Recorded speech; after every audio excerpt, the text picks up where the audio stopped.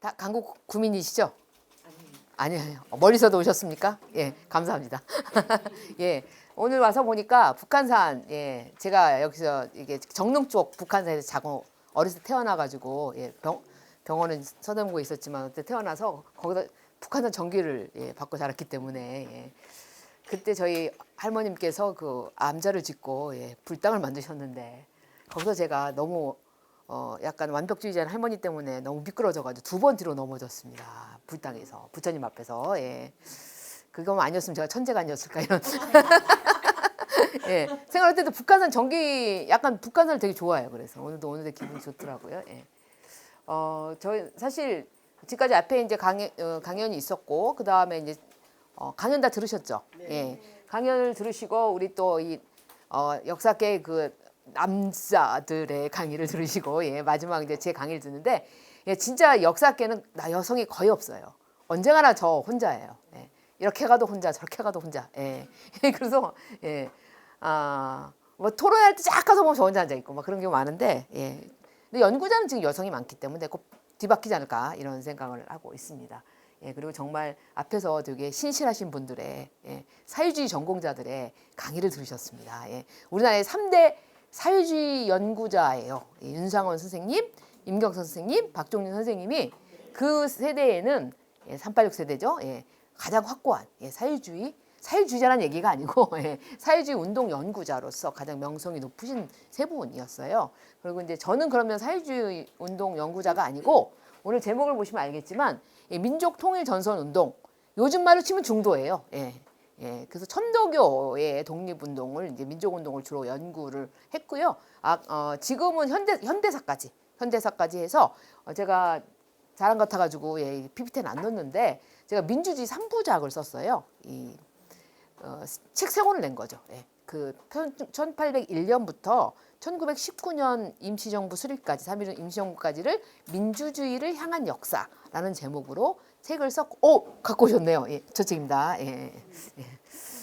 그리고 2번째 책은 독립을 꿈꾸는 민주주의라고 해서 독립운동한 사람들이 일제 식민지가 독재 정권이잖아요. 파시즘 정권이잖아요. 거기에 맞서서 독립운동을 할 때는 언제나 늘 민주주의적 원리를 실천하면서 하려고 했다. 그런 힘들이 모여서 그런 독립운동의 힘이 모여서 해방에 우리가 민주공화국을 수립할 수 있었다. 그래서 독립운동에서 어떻게 민주주의가 작동했는지를 쓴 책이고요.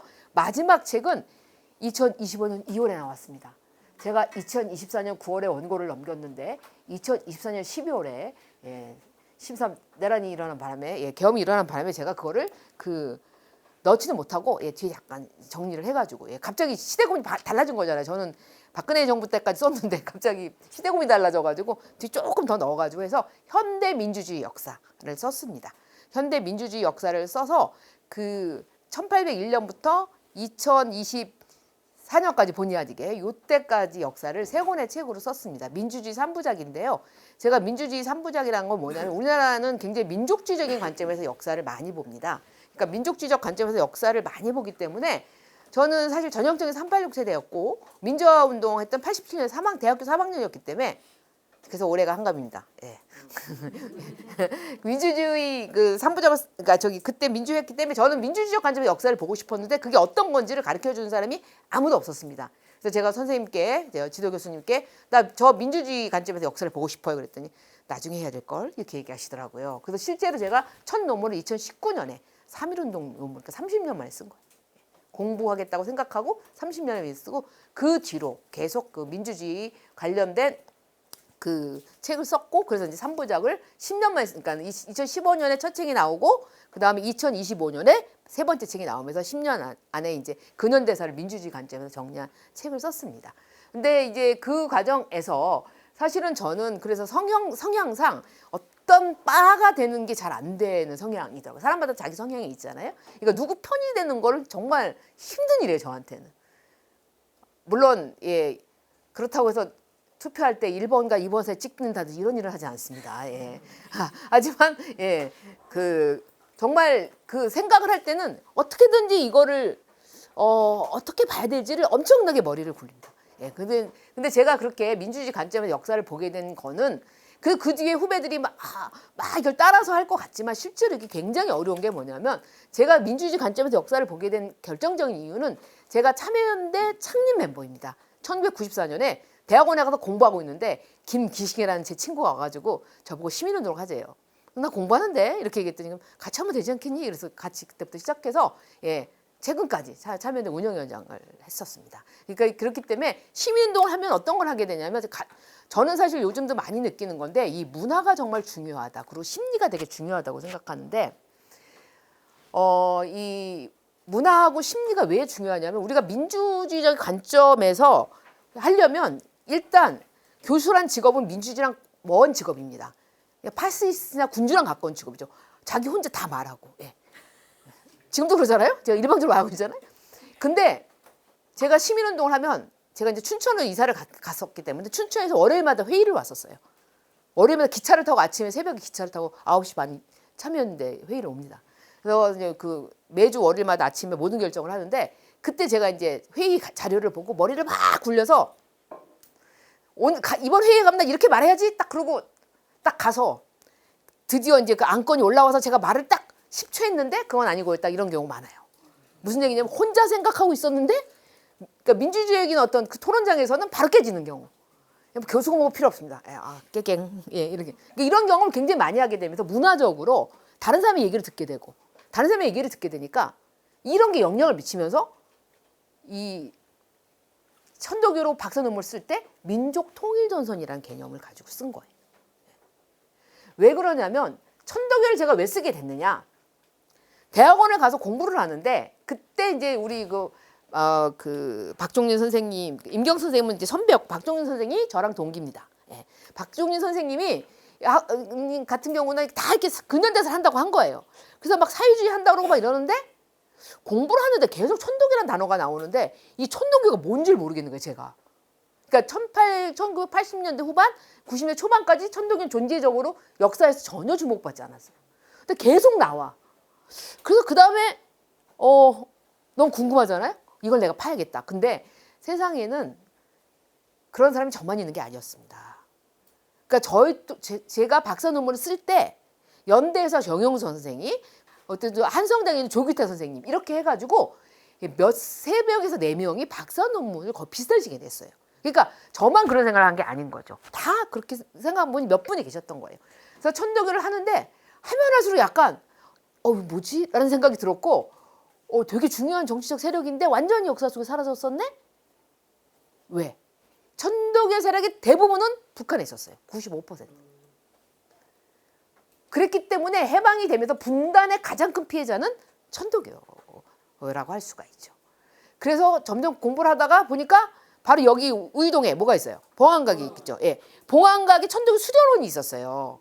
천도교 수련원에 자료가 있었어요. 자료가. 근데 당시에 홍성업 선생이라고 해서 이 연대 사학과를 나오시고 1979년도에 YWCA에서 위장결혼식 사건이라는 게 있었어요. 민주화 운동 중에. 그 운동에서 신랑 역할을 했었던 우리 홍 선생님이 천도교의 기위에서 거기 여기 계셨어요. 그래서 제가 찾아와서 자료를 복사하겠다 했는데 창고를 갔는데 자료가 그냥 막 쌓여 있는 거죠. 지금도 정리가 안 돼 있다고 아까 그러시던데 실장님. 정리가 안 돼. 그래가지고 제가 들어가가지고 찾아내가지고 복사를 했었죠. 90년대 초반에 열심히 복사를 하다가 왜냐면 그때는 뭐 스캔 있는 것도 아니니까 다 복사해야 되는데 복사하다가 그게 그때 여름이었는데 제가 기절을 했어요. 생애 처음으로. 너무 무리해가지고 처음이자 마지막. 지금 깨보니까 방에 누워있더라고요. 그 자료를 근데 그 자료를 그래서 다 복사해서 재본해놨잖아요. 그거를 제가 작년에 제가 다 스캔했습니다. 요즘 스캔하는 게 좋아져서 이렇게 잘라서 이렇게 넣으면 스캔이 되니까 스캔을 다 해서 파일을 만들어놨어요. 이제 그럼 연구 보존이 가능한 거죠. 그래서 혹시 제게 컴퓨터가 날아갈까봐 천도교 연구자들 다 나눠줬어요. 생각보다 굉장히 많은 자료던데 그 자료를 여기서 이제 이 동네에서 해서 그걸로 석사 논문 쓰고 박사 논문 쓰게 된 거예요. 그래서 우리가 정말 오늘 들으시는 얘기는 처음 듣는 얘기일 거예요. 왜냐하면은 그러고 나서 이제 지금에 와서 얼마 전에 이제 우리가 네 사람이 발표를 하는 그 토론회가 국회에서 있었는데 그때의 이 세 분도 다 이 천도교에 대한 인정을 하세요. 그러니까 천도교가 진짜 일제시대 가장 강력한 조직을 갖고 있었고 최대 조직이라는 걸 아무도 부정 안 해요. 그러니까 그래서 너무 고민이 되는 조직인 거예요. 이걸 내 편으로 만들어야 되겠다라는 생각을 많은 정치 세력이 했습니다. 내 편으로 만들어야 된다. 근데 천도교는 아까 있자면 신파 구파가 있었는데 그러니까 95%가 신파예요. 북한에 있는. 그리고 한 5%가 구파예요. 그런데 세상에는 이런 게 되게 재밌어요. 지분상으로는 95대 5인데 신파가 구파를 무시를 못해요. 왜냐하면 그때나 지금이나 부동산. 뭐냐면 박인호란 분이 구파였는데 이 박인호 선생이 교주였거든요. 이 교주인 박인호 선생님 이름으로 돼 있어 부동산이다. 네, 천도교 부동산이. 그래서 그렇기도 하고 또 구파는 원래부터 이 기호지방 사람들이 주류잖아요. 서울에서는. 그러다 보니까 이 주류인 구파 사람들을 천도교 사람들이 무시를 못한 거예요. 신파 사람들이. 그 신파는 최린이라는 사람이 대표였는데 이 사람 무슨 생각하냐. 우리가 최대니까 우리가 최대의 대접을 받자. 그래서 최대 정치 세력으로서의 활동에 들어가게 됩니다. 그러면서 많은 사람들을 헷갈리게 하기 시작했어요. 왜냐하면 이게 공개된 조직으로는 가장 큰 조직이었어요. 천도교. 자, 하나 살펴보면 그래서 사실은 26년 6월 10일 날 그 지난번에 우리 60만 세 그 토론회 할 때 우리 박종선 선생님이 아니 이게 뭐야 말이고 이렇게 단톡방에서 뭐라 했는데 그게 뭐냐면 60만 세 운동 그 포스터를 만들어야 했는데 토론회 포스터를 만들었는데 뭘로 만들었냐? 60 하면 뭐 생각나세요? 87년 유월항쟁이죠. 예, 유월항쟁 포스터로 배경이 유월항쟁이더라고요. 예, 처음 만든 포스터가. 헷갈리는 거예요. 예.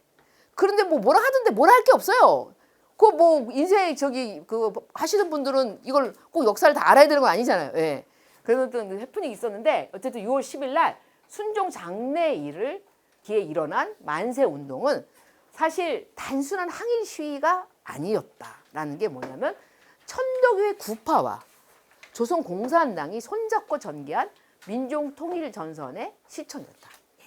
천도교 구파와 조선공산당이 손을 잡았는데 어떻게 손을 잡았느냐? 이때는 천도교 구파 중에 조선공산당원이 있는 겁니다.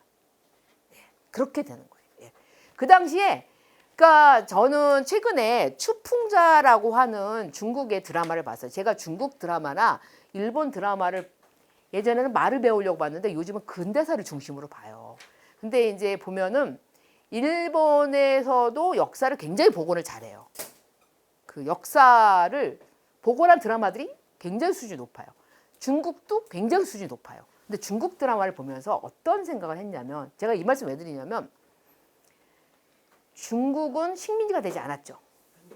안 됐다 보니까 중국 안에서 국민당과 공산당이 치열하게 싸웠어요. 그런데 국민당은 합법 정당이었고 공산당도 합법이지만 국민당 정부 치하에서는 비합법으로 연락책을 두고 이렇게 비밀리에 해야 되잖아요.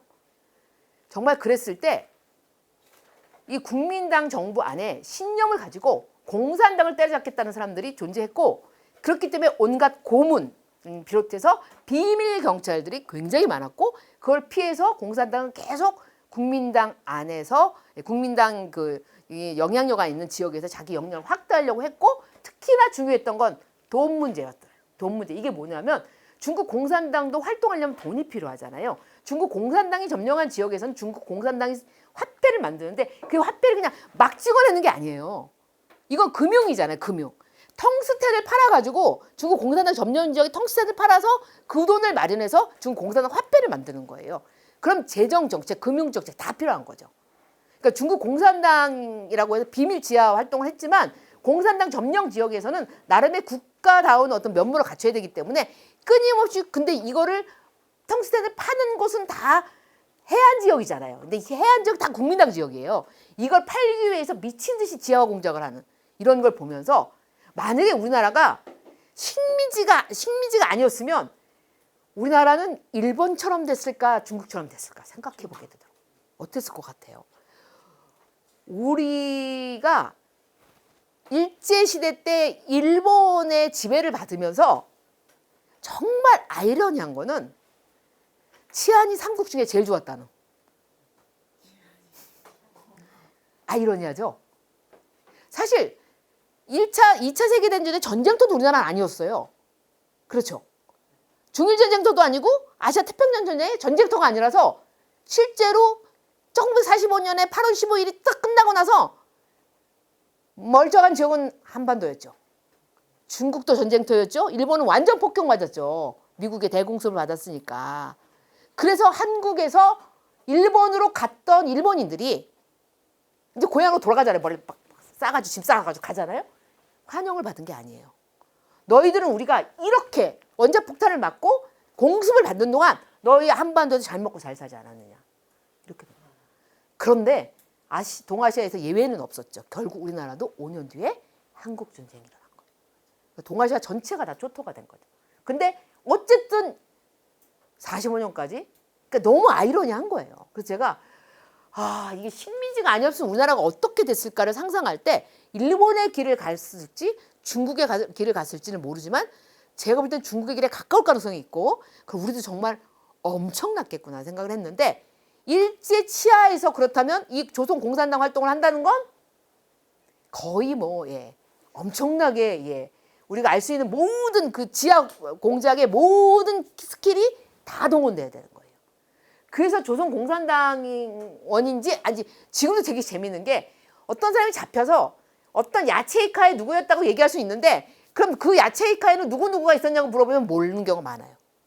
오늘 여기 나오는 사람도 조선 공산당원인데 잡혀가지고 부른 사람은 알겠는데 나머지 사람은 왜 같이 했지? 몰라요. 그만큼 비밀 조직일 수밖에 없었다.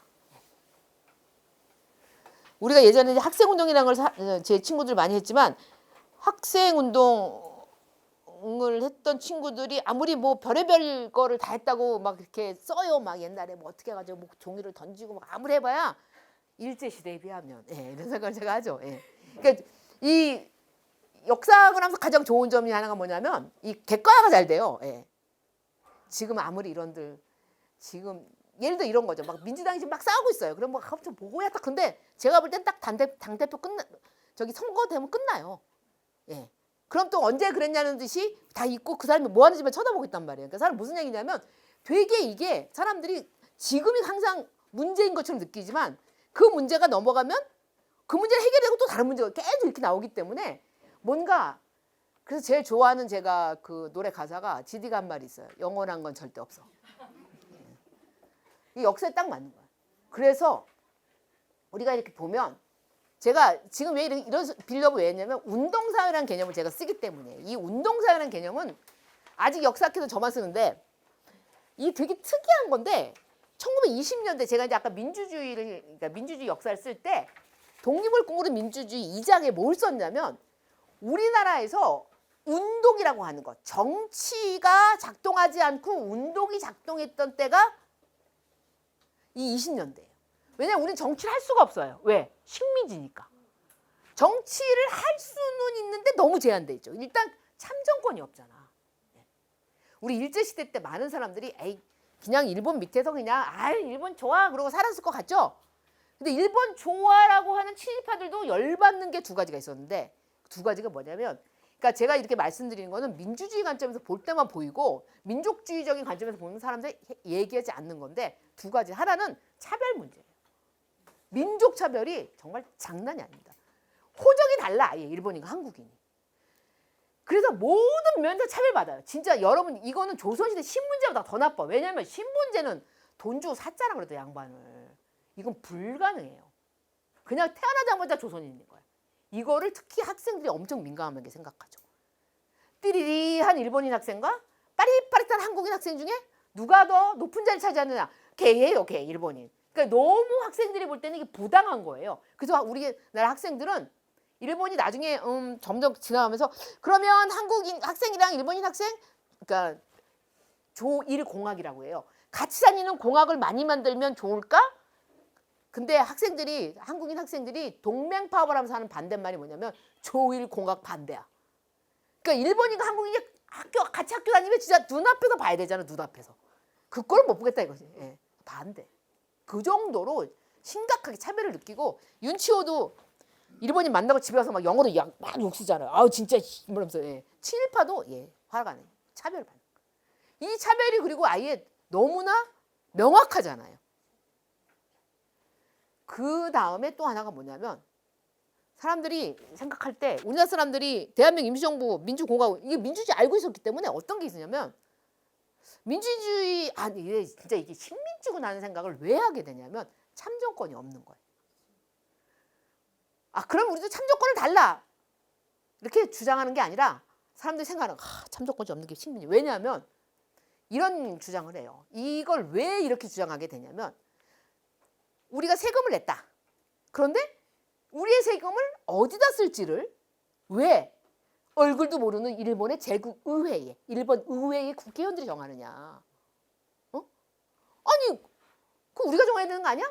라는 주장을 해요. 근데 그게 곧바로 그래서 우리가 참정권을 달라 라고 일본 치하에서 우리가 참정 이렇게 얘기하는 게 아니라 이제 참정권이 없는 게 진짜 나라를 잃은 거구나. 그래서 우리나라 사람들이 무슨 단체를 만들면 그렇게 투표를 해요. 남녀 천도교가 그랬어요. 천도교가 남녀 공정하게 21살 이상의 모든 남녀한테 모두 선거가 피선거권을 줘요. 그러니까 우리는 식민지에서 진짜 정치적인 투표권은 없는데 이 운동, 조선인끼리 하는 이 운동 사회에서는 투표권이 있었던 거예요. 그래서 해방이 되고 어떤 일이 벌어졌죠? 1948년 50선거 때 투표를 하세요? 95.5%예요. 단 하루 했는데. 그때 문백률 70%. 그래서 사진 붙였잖아요. 그 안에다가. 예, 사진 보면 이렇게 나와요. 사진 붙여. 진짜 사람들이 하고 싶어. 그래서 제가 이제 그 다음에 궁금하니까 그러면 언제까지? 50년대까지 90%였어요. 4.19 때 80몇 %. 진짜 사람들이 우리가 해방이 됐다는 걸 느끼고 독립했다는 걸 느낀 건 언제? 1948년 50일이. 투표를 했다는 거죠. 네. 국민의 대표를 뽑았다는 거죠. 네. 이게 엄청 중요한 거예요. 그러니까 한국 사회 투표가 갖는 중요성은 그런 데 있어요. 네. 그래서 그런 것처럼 그런 사회에서 살고 있으니까 이 사람들이 한국인들이 우리가 이제 교과서를 보면 되게 재밌는데 우리는 아무도 이상하게 생각 안 하는데 교과서에 보면 지워진 분들이 계셔요. 누가 있냐면 한국에 살았던 수십만 명의 일본인들은 조선 총독부란 이름으로만 나와. 교과서에. 그리고 죄다 우리끼리 한 거 있죠. 조선인끼리 문화운동, 문예운동, 뭐 어린이운동, 청년운동 다 그것만 나와요. 그 뭐냐면 그러니까 조선이라는 식민지 조선이라는 곳에 조선 총독부가 있어요. 그래서 조선 총독부가 있고 조선 사회라는 게 있을 거 아니에요. 조선 사회. 이 조선 사회 안에는 일본인도 있고 조선인도 있어요. 그게 조선 사회야. 그런데 또 하나 그보다 더 강력한 게 조선인 사회가 있는 거예요. 근데 이 조선인 사회 정치는 없어. 뭐가 있어? 운동이 있는 거예요. 그래서 진짜 열심히 운동했어요. 그래서 우리가 배우는 일본인들이 있는 거 안 배우잖아. 뭐 근우의 신간에 어딜 배워도 다 한국인끼리 엄청나게 단체를 만든 거죠. 신간의 회원 4만 명. 지금 참여연대 우리나라 최대의 시민운동 단체. 자, 회원은 2만 명. 당시는 인구는 2,500만 명. 이제 지금의 반이었는데, 예, 2배. 그만큼 사람들이 미친 듯이 조직 활동을 통해서 조선인끼리 함께 살아나가려고. 그러니까 독립운동을 하기 위해서 해외에 나가서 목숨을 거는 사람도 있지만 한국인들이 이 조선인끼리 모여서 독립운동하는 것 자체가 운동을 하는 단체를 만들고 운동하는 것 자체가 일종의 독립운동인 거예요. 운동사회라는 게 존재했던 거예요.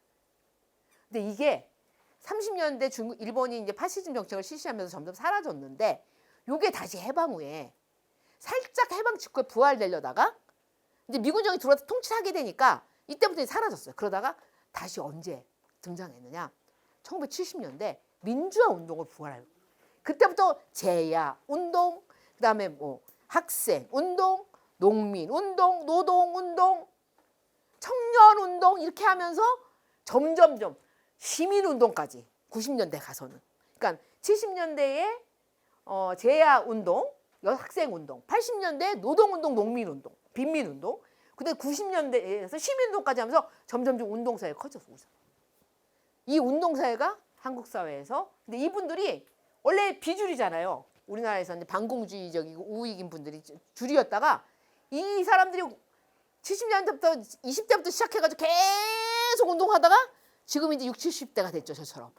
근데 이분들이 다 사회 한 자리를 하고 있어. 주류가 된 거예요.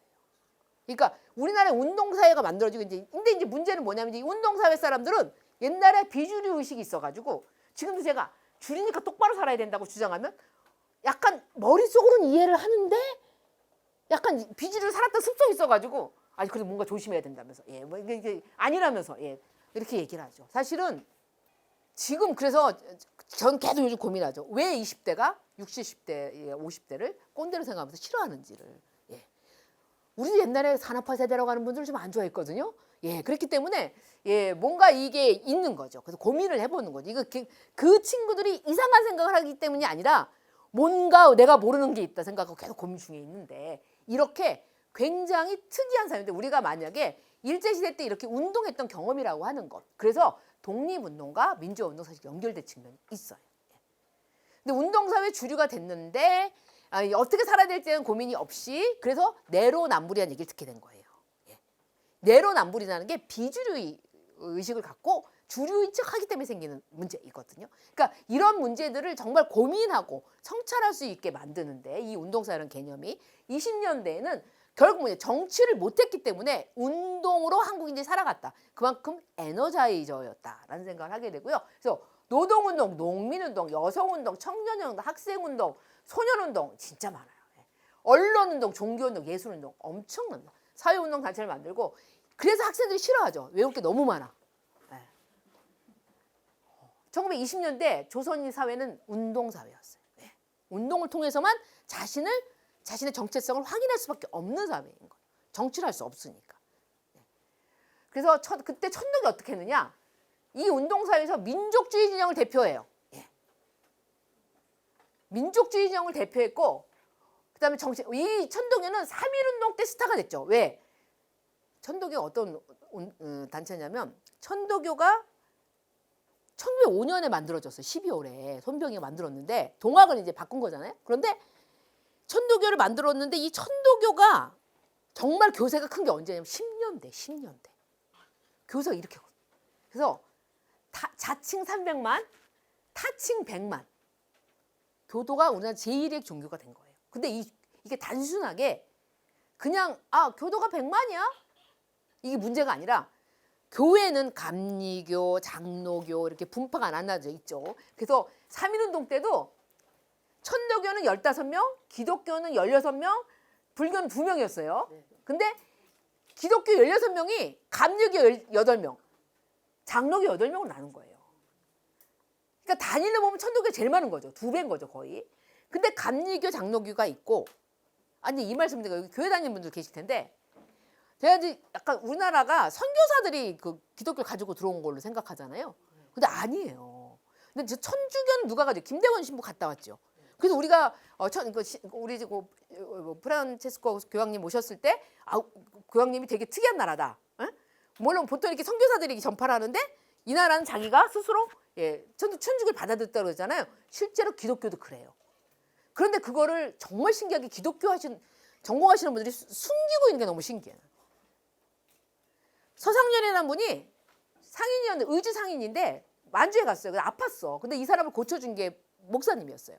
그래서 거기서 기독교인이 돼가지고 성경을 한글로까지 번역을 했네. 그래서 가지고 들어왔어요. 근데 의주에서는 좀 위험하니까 황해도 장현의 소래 마을에 와서 거기 교회를 최초의 소래마을 교회를 세웠어요. 이 교회에 우리가 알고는 언더우드 시작해서 많은 아펜젤러 이런 그 선교사들이 한국에 오면 반드시 거기부터 틀렸어요. 거기에 뿌리니까. 거기서 우리가 유명한 그 김마리아, 김규식, 김순애 많은 독립운동을 거기서. 근데 그거를 얘기를 안 해. 왜? 우리나라 기독교인들이 굉장히 미국을 좋아하기 때문에 선교사들이 가져온 거예요. 그러니까 우리나라는 되게 진취적인 사람들이에요. 서양의 종교도 우리가 필요하고 나한테 필요하다고 생각하면 가지고 들어온 사람들이. 그래서 이 천도교가 기독교의 그 교회 다니고 헌금 내고 이런 거 거의 예배 보고 이런 거 똑같이 가지고 들어왔어요. 그래서 일요일마다 모여. 그런데 중요한 건 뭐냐면 장로교는 교파도 있고 또 이렇게 교회마다 이게 다르잖아요. 근데 천도교 어떻게 하냐면 매일 정점에 손병이가 있고 완전 중앙 집권적. 손병이가 왼쪽 그럼 다 왼쪽 할 수 있는. 자 이러면 일본의 입장에서 보면 조선 총독 입장에서 보면은 예의 주시해야 되는 거죠 동양을. 그 다음에 한국인들이 좀 운동하려고 하면 천도교를 끼지 않고는 운동이 안 되는 그런 존재가 됩니다. 그러니까 이 조직 자체가 중앙 집권적인 조직이 된 거예요. 그래서 이 천도교가 갖고 있는 그런 영향력 때문에 100만이 대 100마리씩 움직일 수 있으니까 문제인 거예요. 볼 때는 엄청난 거죠 그게. 그래서 천도교가 주목을 받을 수밖에 없게 된 거죠. 민족주의 진영을 대표하는 종교이자 정치 사회 세력이었다. 그러니까 종교이면 되는데 3.1운동 때 어떻게 했느냐. 손병희는 조선 총독과 똑같은 자동차를 타고 다녔어요. 호의호 시켰어요. 근데 손병희가 여기 올인을 해버렸어요. 3.1운동에. 자금도 다 됐고 독립선언서 뭐 인쇄 다 했고 배포할 때도 좀 도와줘 학생들하고 기독교인한테 얘기했지만 천도교 조직을 통해서 쫙 배포했고 손병희가 근데 감옥에서 뇌출혈 쓰러져가지고 병보석으로 나올 때 20년 죽었거든요. 조금만 더 살았으면 이게 역사학자 뇌출혈이 있어. 조금만 더 살았으면 위험할 수도 있었다. 친일파가 될 수도 있다. 예. 근데 역시 그런데 22년에 돌아가셨을 때 좀 더 살았으면 3.1운동의 진실에 대해서 들을 수 있었겠죠. 예. 그러니까 우리가 뇌피셜로 그렇게 되는 건 최린이 그러면서 이제 농담을 하는 건데 사실 손병희는 그랬지 않을 가능성이 너무 높아요. 손병희는 제가 이제 뭐라고 그럴까 이 3.1운동을 결단한 걸 보면 그러지 않을 거라고 제가 이제 맨날 주장하죠. 왜냐하면 이게 자기가 그러고 나서 자동차 타던 사람이 바로 감옥 갔잖아요. 거기서 죽어서 거의 반신불수되는 나와가지고 22년에 죽었어요. 그렇게 21년에 죽었나? 예, 그렇기 때문에 보통 인물은 아닌 거예요. 그리고 오리를 했죠. 전국을 다 동원했고, 전국 조직을 다 동원을 했고 이렇게 해서 첫날 서울에서만 일어난 걸로 아는 분들이 굉장히 많은데 7개 도시에서 일어났어요. 7개 도시에 일어났는데 7개 도시 그러면 첫날 7개 도시에서 일어나면 그거 다 조직한 거죠. 조직한 건데 그때 기독교하고 천도교가 손을 잡고 조직을 했는데 왜 우리가 왜 7개를 모를까? 나머지 6개가 다 북한 지역에 있어요.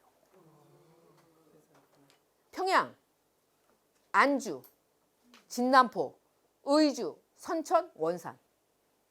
다 그러니까 원산 빼고 다 평안 남북도에 있고 근데 원산은 근데 정말 그 7곳 모두에서 2월 27일 날 인쇄해서 2월 28일 날 배포한 독립선언서가 3월 1일 날 동시에 읽혔어요.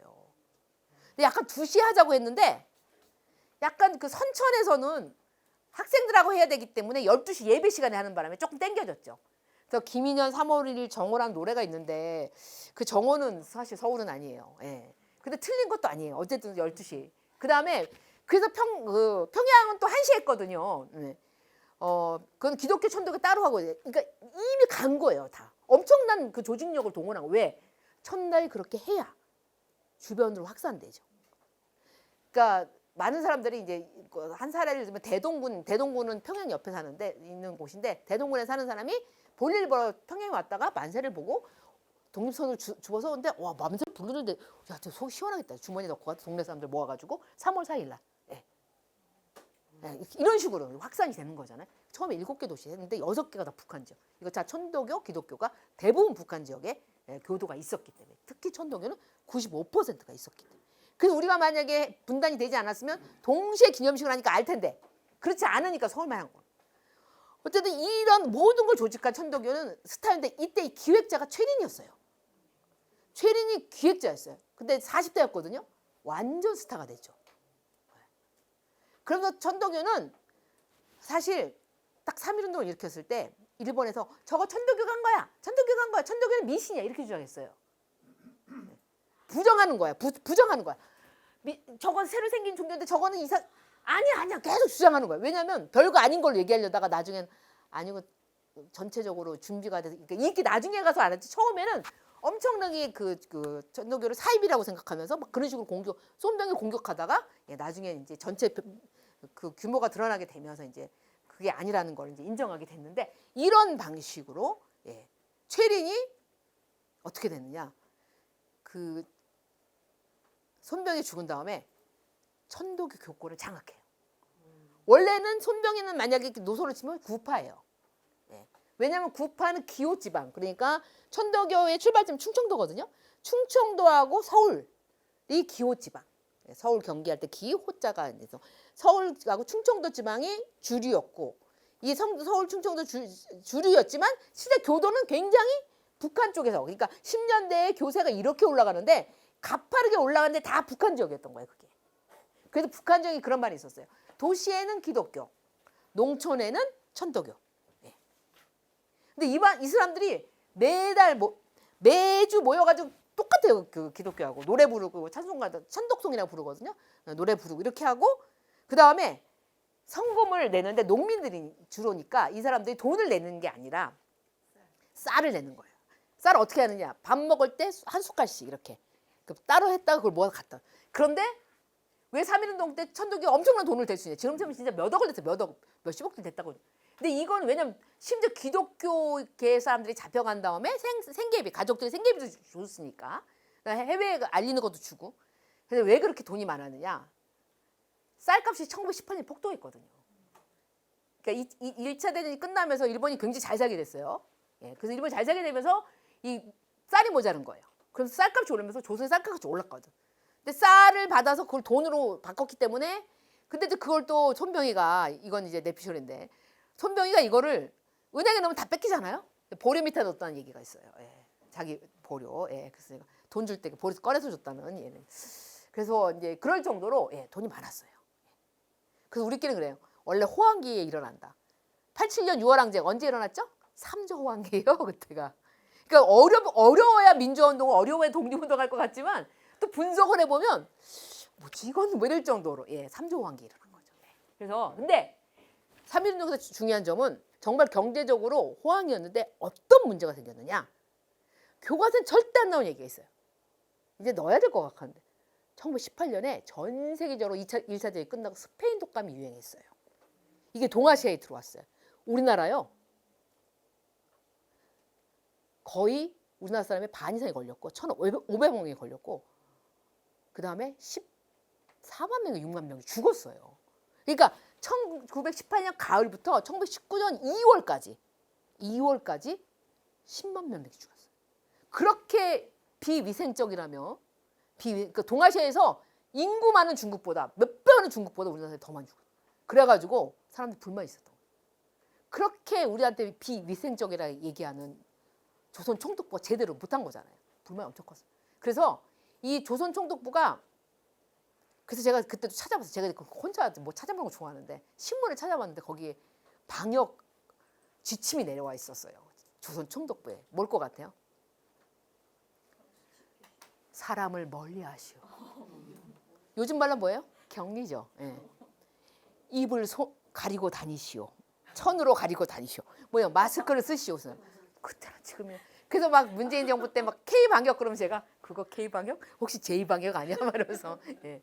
그랬더니 저기 있었는데 이렇게 되면서 결국은 완전 천도교가 한국의 그 20년 주류 사회에서 굉장한 지분을 갖게 되는데 최린이 바로 이 교권을 장악해요. 최린이 교권을 장악하는 방법은 딱 손병희가 죽었는데 손병희 죽고 나서 어떤 문제가 생겼냐면은 이 손병희가 죽으면서 이 천도교를 누가 이끌어나갈 사람이 없죠. 그러니까 천도교 머리가 좋아가지고 집단 지도 체제를 바꿔요.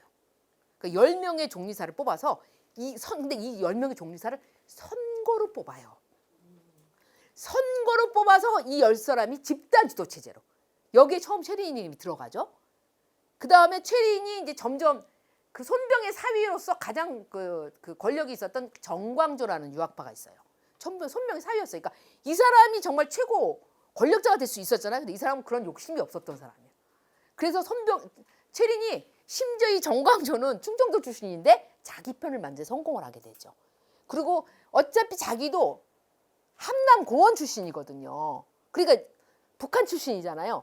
그걸 이용해서 최린이 북한 지역을 한번 싹 돌면서 청년 지도자들 자기 편을 다 만들어요.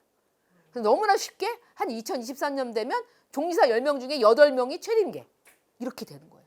저 이렇게 쉽게 이 교권을 차지하는 걸 본 적이 없어요. 그것도 민주적 절차에 의해서 선거를 통해서. 예. 그래서 최린이 교권을 장악하게 돼요. 근데 최린이 교권을 장악하게 되자 천도교 같은 경우에 심지어 세대 교체도 자연스럽게 돼. 최린 중심으로 되니까. 그리고 이제 3.1운동으로 잡혀갔던 많은 그 천도교의 나이 드신 분들은 이제 뒤에 원로로 남는 거예요. 그러면서 이제 젊어진 천도교를 최린이 장악하게 되는데, 최린이 장악하게 되면서 이 천도교 청년당을 창당해요. 이건 정당이에요, 정당. 네. 정당을 창당해서 정신개벽, 민족개벽, 사회개벽을 표방하면서 당원 수를 보세요. 당원 3만 명을 가진 일제시대 유일한 당. 3만 명을. 이것만 봐도 사람들이 천도교를 무시할 수 없다는 걸 알 수 있죠. 그러면서 근데 최린은 무슨 생각을 했냐면 처음엔 최린은 서북지방, 그러니까 북한 지역 출신이잖아요.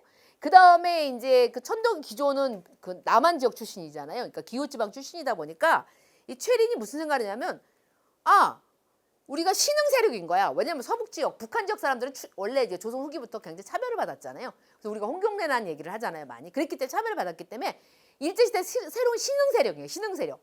또 하나의 신흥 세력이 누구냐? 전라도를 기반으로 했던 동아일보계가 있었어요. 김성수, 송진우의 동아일보계. 둘이 손잡는 거야. 둘이 손잡고 민족적 중심단체를 만들자. 이건 뭐냐면요, 정당을 만들어서 정치를 하자는 얘기예요. 그럼 정치를 하자는 얘기는 일본에 무언가를 요구하겠다는 거죠. 그 요구는 자치였어요. 근데 사실 이 자치를 최린이 요구했을 때 이게 엄청 이상한 건 아니에요. 왜 엄청 이상한 게 아니냐면 당시 아일랜드 독립운동의 목표가 자치였어요. 그래서 자치를 이뤄냈죠. 1차 대전 끝나고. 그랬기 때문에 우리도 일본에 자치를 요구할 수 있다라고 생각하는 게 이상한 건 아닌데, 사람들이 반발하게 된 이유가 뭐냐면 일본은 우리한테 자치를 할 의향이 완전히 없었어요. 아예 없어, 아예. 그러니까 우리가 자치운동 한다 한들 아무런 성의 없는데도 최린 자치운동했어요. 저는 이제 최린 지금 살아야 돼 물어보고 싶어. 왜 그랬냐고. 왜냐하면 그러니까 한국인들한테 자치운동이라고 하는 것은 굉장히 이상한 게 되는 거예요. 그러니까 일본이 자치를 검토해 볼까? 뭐 국회의원들도 그러고 뭐 얘도 언론도 그러고 막 이렇게 하는데, 약간 한국인과 친한 몇 명만 그런 주장을 하지 여론이 형성돼 있지 않아요. 그리고 우리는 좀 약간 급이 높은 식민지였어요. 식민지들 레벨이 있어요.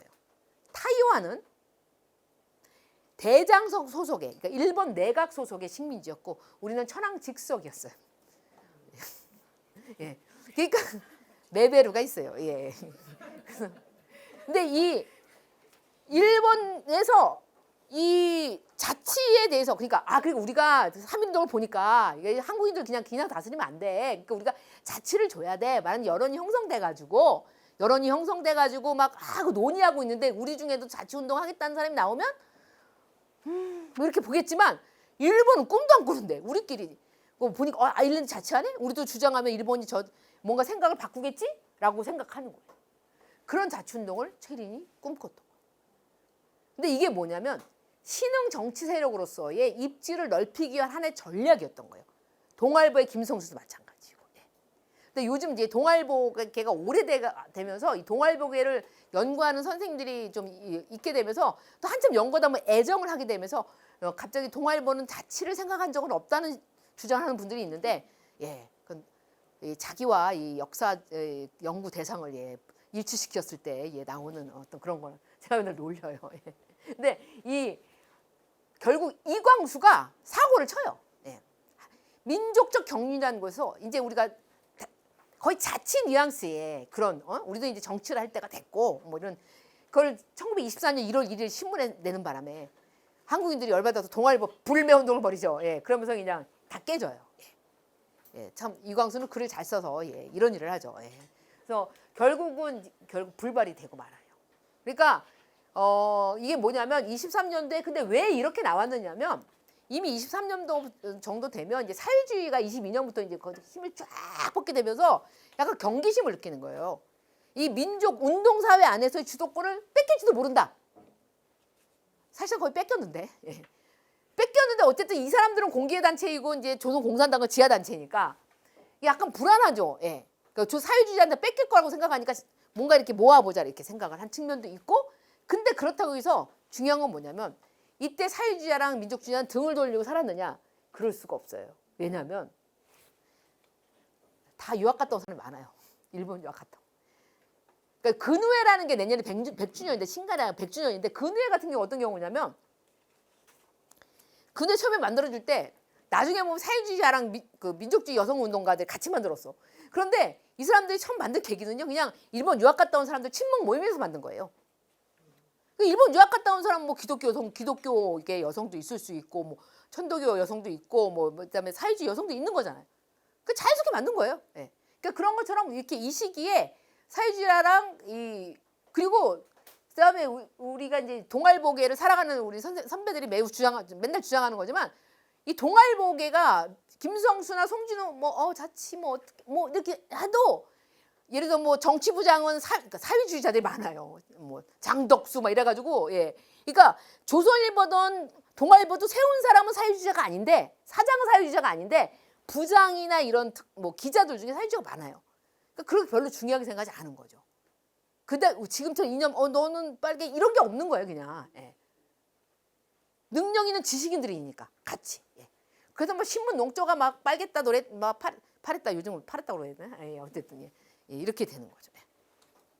자, 그다음에 이제 민족주의자들이 사회주의자가 딱 등장하니까 사회주의자들하고 두 가지 문제가 생기는 거예요. 첫 번째는 사회주의자하고 친하게 지내야 될 것인가? 이게 뭐냐면 개인적으로 친하거나 관계없이 어떤 진영으로서 지내야 되는 또 하나가 뭐냐면 조선 총독부의 어떤 치하의 조선 사회에서 우리가 어떤 스탠스를 취해야 되지? 그러니까 정치적 스탠스. 예. 운동 사회에서의 스탠스, 정치적 스탠스 두 가지를 놓고 고민하기 시작해요. 그다음 민족주의가 갈라져요. 예. 요즘은 타협 비타협이라면 너무 싫어하는데 이건 뭐냐면 일본 정부, 그러니까 조선 총독부와 얘기하면서 뭔가 운동사를 운영해야 되는 사람들과 비타협적인 사람들이 있는데 이게 쫙 갈라질 때 천도교 신파는 타협파가 되고 천도교 구파는 비타협파가 되는데 아까 했잖아요. 지분은 95대 5니까 너무 괴로운 거예요. 사회주의자들은 저 어떡하지 이거 막 이런 생각이 들고 어떻게든 최리를 만나 설득하려고 하고 그 다음에 이 구파는 신파가 그러니까 천도교 이제 나중에 이제 구파 신파 나중에 나온 건데 최린계하고 이종린계가 있었어요. 이종린이 이제 구파를 리드했는데 최린계 그러니까 나중에 신파라 부르는 이 최린계 같은 경우에는 너무 이제 조직이 크잖아요. 그러니까 이 조직을 어떻게 할 것인가? 이거는 당연히 조선 총독부도 주요 관심사이기 때문에 조선 총독부 사람들도 만나러 다니고 막 최리를 만나려고 하고 그다음에 근데 구파는 여기서 자기가 신파를 따라가면 완전히 죽기 때문에 예, 자기 입장을 더 분명히 하려고 하죠. 입지를. 그리고 기본적으로 전체적으로 볼 때 북한 지역, 그러니까 지금 약간 아이러니한 게 북한이 사회주의 국가고 우리가 자본주의 국가인 거는 사실 일제시대의 흐름으로 봐서는 반대. 사회주의자들이 상당수가 남한 지역 출신들 많죠. 특히나 지금은 안동 출신들이 많고 권씨들은 거의 안동 출신이고 그다음에 서울 전라도 출신 엄청 많고요. 예.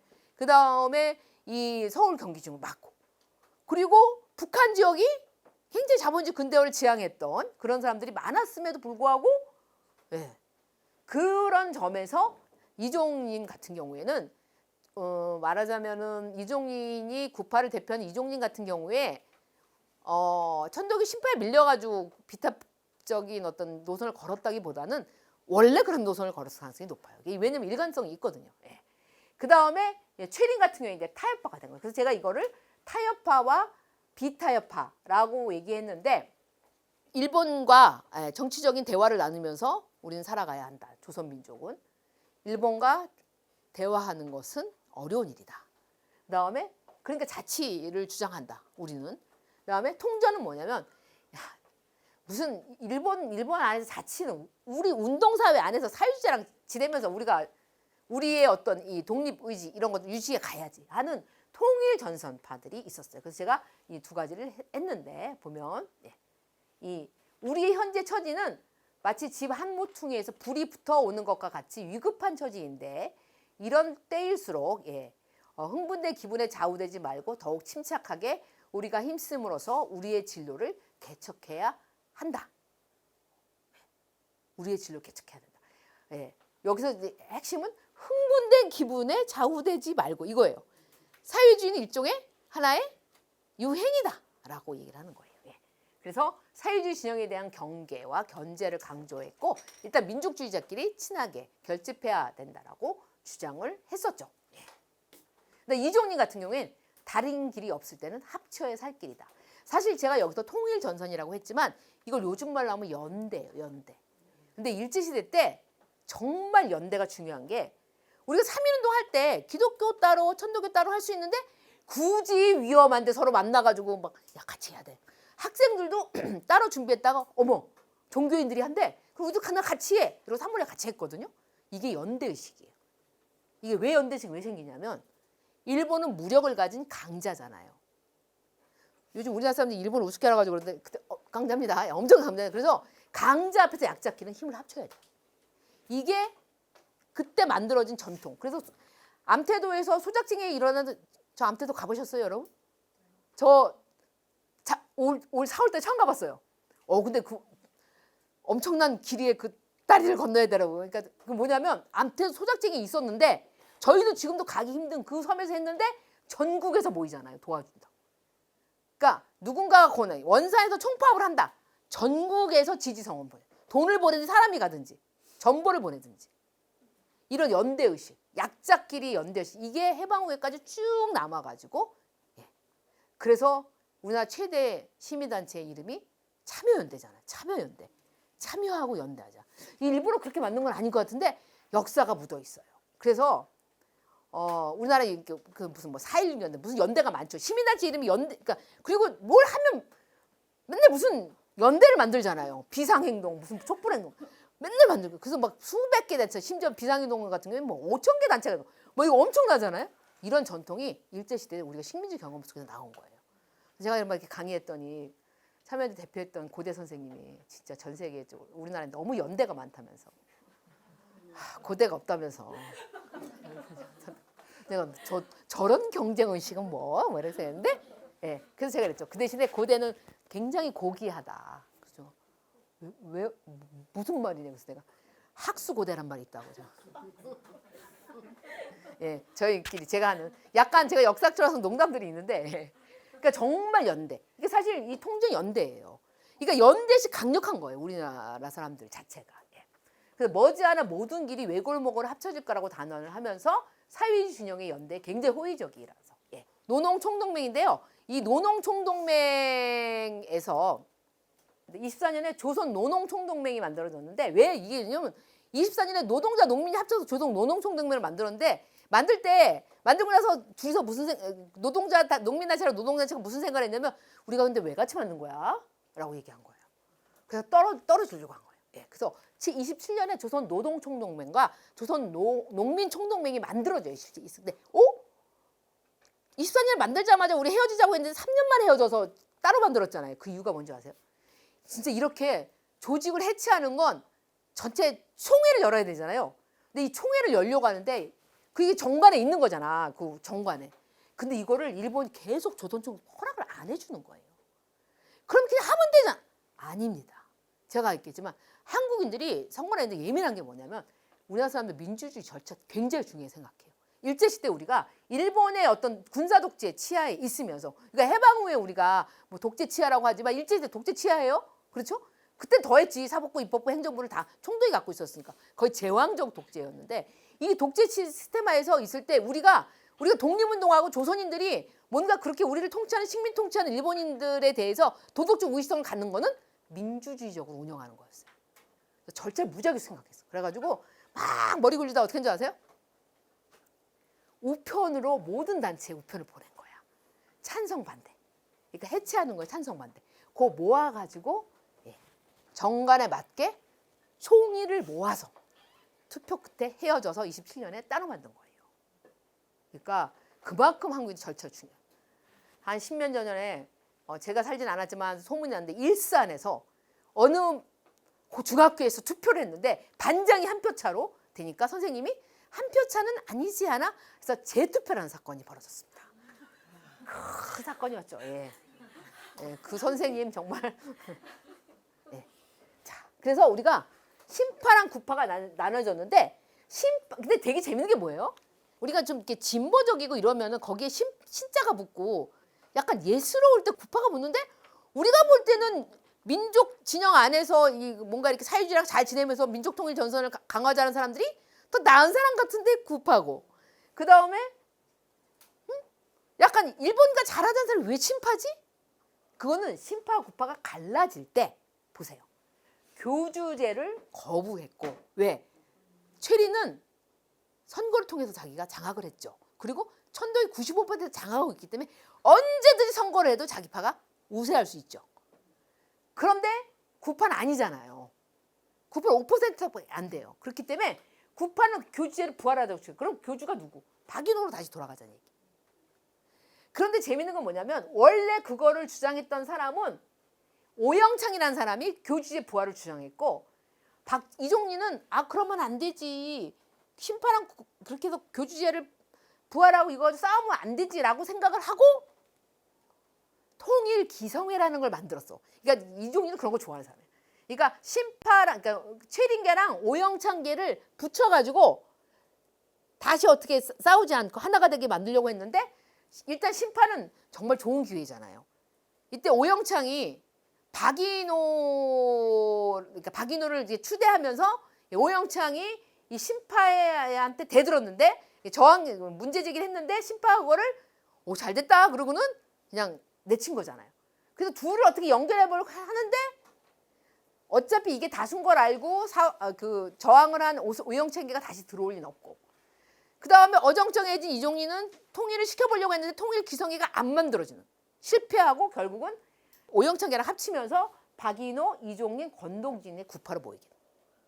그런데 결국은 나중에 엄청 부담이 되죠. 이종리 입장에서 보면 교주제 부활이라고 하는 게. 그래서 그 다음에 우리 구파지만 아니다라고 했는데 결과적으로는 그냥 구파로 불리게 됐죠. 예. 이 구파 심파는 교주제를 부활을 주장하면 옛날 거로 돌아가자니까 구파. 교주제 부활을 반대하면 교주제를 거부한 사람들이니까 심파가 된 거예요. 예. 그래서 사람들이 되게 헷갈려요. 구파, 심파, 왠지 신이 더 좋은 것 같은데 라는 가치가 있으니까. 예. 그래서 이 심파는 중앙집권제를 유지하겠다고 생각했고 천덕의 청년당도 있었지만 조선 농민사도 있었어요. 자, 이 조선 농민사는 왜 만들었느냐? 이 청덕이 청년 정치를 하려고 만들었고 이 조선 농민사도 정치하려고 만들었는데 왜 만들었냐면 사회주의자들이 강조하는 계급이 뭐예요? 노동자, 농민이잖아요. 근데 노동자는 괜찮아. 어차피 소수인데 한국 사회가 아직까지 공업사회가 아니니까. 농민 어때요? 다수잖아요. 다수의 농민을 사회주의한테 뺏기지 않기 위해서 조선 농민사를 만들었는데 최린 입장에서 보면 조선 농민사는 천도교회는 다 농민이기 때문에 다 들어오는 거죠. 그래서 이 두 가지. 그러니까 천도교 청년단만 있는 게 아니라 조선 농민사가 있게 되면서 천도교인은 이 두 가지 조직뿐만 아니라 각종 여성 조직, 많은 조직에 참여를 하게 됩니다. 그러니까 조직적 동원이 가장 한국에서 무서운 세력이 돼버려요. 천도교 신파가. 그다음에 천도교 신파에 천도교 청년단이 있었는데 거기서 활동했던 구파 청년단들이 나와서 이게 언제냐면 1925년에 있었던 일이에요. 1925년에 분화가 되는데 천도교 청년동맹이라는 걸 만들어요. 따로 나와서. 그러니까 이것도 되게 의미가 있는 게 천도교 청년당에 있다고 해서 뭐라 하진 않아요. 그러나 나와서 천도교 청년동맹을 만들었고 이거 만든 사람들이 60만세 운동에 참여를 주도를 하게 되는 거예요. 그런데 조선 공산당이 이제 아까 말했지만 깊은 고민에 빠지게 돼요. 깊은 고민에 빠지게 되면서 1926년에 조선 공산당이 어떤 일을 하게 되냐면 천도교를 끌어들여서 국민당을 만들자. 이 국민당이라고 하는 건 공개된 어떤 단체를 만들어 보자는 거예요. 이게 나중에 신간회로 가게 되는 건데 그 원래도 신간에도 신간당을 만들려다가 예, 허락을 안 해서 신간회가 된 거거든요. 국민당을 만들 때 천도교인데 이때 이 천도교는 구파가 뿐만 아니라 신파를 생각해요. 왜냐하면 신파의 끈들이 강력하니까. 그래서 신파한테 갔을 때 예. 신파에 대해서 강자력이 뭐라고 보고하냐면 동아일보의 김성수, 송진호, 천도교 신파의 수령 최린, 흥사단, 예, 흥사단의 안창호 등이 자치운동을 계획하고 있다. 조선공산당은 신파를 사실상 그래서 고민하다가 빼요. 예, 이게 뭐냐면 이게 조선공산당 사회주의자들이 굉장히 가치 이념지향적 성격이 강하기 때문에 아무리 그래도 신파를 껴서 할 수는 없다고 생각하고 포기를 하는 거죠. 저는 그래서 물어보고 싶어요. 어떻게든 잘 해보지. 사실은 김일성도 조국광복회를 만들어가지고 그 일제 말기에 활동을 했었는데 그때 최일이한테 사람을 보냈어요. 박인종이라는 사람을 보내서 같이 하자고 해요. 그때는 이미 진짜 최린이 아주 노골적으로 친일을 할 때예요. 그래도 이게 군대가 가장 조직이 크기 때문에 김일성이 얘기해요. 근데 최린이 쫓아버리죠. 예, 그 사람을. 말도 안 된다. 그래서 화가 난 김일성이 1950년에 전쟁이 일어난 다음에 제일 먼저 잡아간 사람이 이광수와 함께 최린입니다. 그래서 결국 그래서 구파에 대해서 구파는 별로 걱정 안 해요. 권덕린, 오세창을 중심한 소위 천도교 구파는 순독립파로 불리습니다. 그러니까 이름도 독립파도 아니야. 순독립파라고 불리고 본당과 제의하여 비탑적 민정해방운동을 하고자 하는 의사가 있으므로 예. 비공식적 회합하고 이건 이제 그 이종린 얘기하는 거예요. 비공식적으로 회합을 하고 있는 중이다. 강단은 똑같이 보고서를 쓰는데 역시 예, 안 되겠다라고 생각을 하는 거죠. 자, 이게 이제 박내원이라고 하는 60만 세 운동에서의 핵심 인물이에요. 예. 박내원인데 이 사람은 누구냐? 적자 중에 적자인데 동학농민군 지도자인 박광호의 아들이고 그 다음에 천도교 4대 교주인 박인호의 조카이고 예, 이렇게 됩니다. 그러니까 천도교에서 영향력이 있을 수밖에 없는데 그래서 천도교 청년동의 지도자이면서 박내용 그러니까 박인호의 아들과 아주 친합니다. 그래서 아예 박인호 집에 살았어요. 60만 세 운동할 때. 그러면서 한 것은 뭐냐? 출판 노동 운동가였는데 1917년에 대동인쇄 주식회사에서 견습공을 시작해서 인쇄 노동자였어요. 그러니까 출판 노동자였고 그러면서 각종 활동을 하게 되는데 사회주의 운동가였습니다. 어떤 사람이냐? 조선공산당원이었어요. 조선공산당원. 그러니까 아까 제가 얘기했죠? 천도교 구파와 조선공산당의 통일전선은 천도교 구파 중에 공산당원이 있었던 거다라고 말씀을 드려요. 그 다음에 60만 세 운동. 이분 이제 권오설이라는 조선공산당 지도자인데 이 권오설과 아까 얘기한 박내원이 둘이 힘을 합쳐서 준비를 합니다. 그러니까 간혹 그런 얘기를 해요. 아니 두 사람이 힘을 합친 거 아니냐 강더령이랑 이 박내원 그걸 통일전선이라고 할 수 있느냐라고 얘기를 하죠. 그거는 제가 늘 얘기하지만 지금 얘기로 그렇죠. 일단 조선공단 비합법이에요. 그리고 비합법 그 지하 조직이기 때문에 알 수가 없고 많은 사람들이 노출이 돼가지고 일을 성사시킬 수가 없죠. 그렇기 때문에 그런 건 아니다. 그래서 천도교 구파와 구파 박내원과 함께 순종이 4월 25일에 사망하니까 조선공산당이 빠르게 움직이죠. 국민당을 만들려고 했는데 신간회 같은 조직을 만들려고 했는데 이거보다 일단 만세운동을 하자. 왜? 우리 모두한테는 무엇의 기억이 있었기 때문에 3.1운동의 기억이 있었기 때문에. 근데 3.1운동이 있었을 때 3.1운동을 약간 흉내내려고 했는데 3.1운동 때랑 다른 점이 있죠. 3.1운동 다른 점이.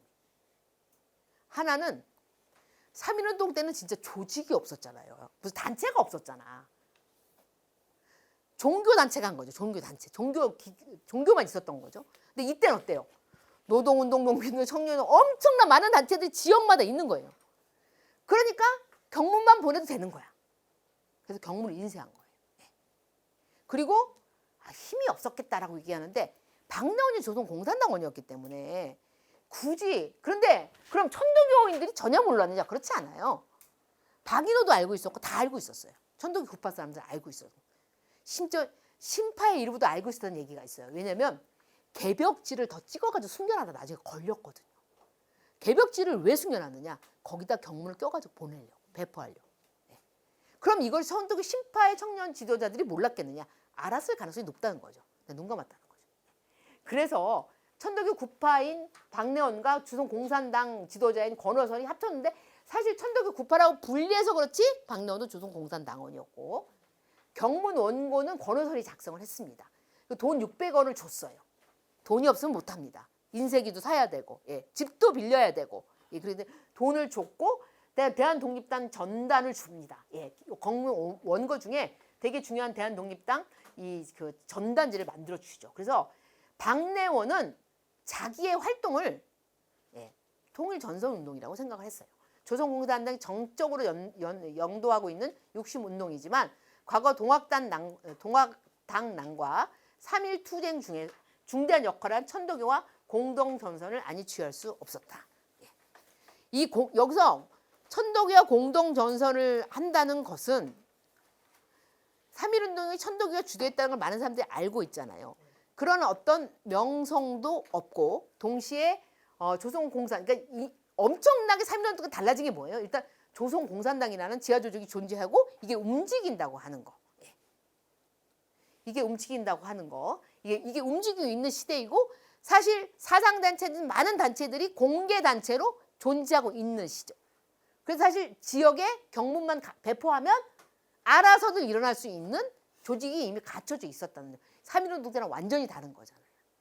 그래서 이게 만약에 성공을 했다면 어땠을까? 어떤 분들은 근데 너무 힘이 약해가지고 제대로 배포를 못했기 때문에 배포가 됐을까라고 생각하는데 3.1운동 때처럼 천도교 중앙조직에서 하루 만에 인쇄하고 하루 만에 배포 이런 그 여력은 없었지만 이게 도착하는 순간은 굉장히 파워력이 있고 우리가 3.1운동 그러면 3월 1일에만 일어난 걸 아는 분들 없지요?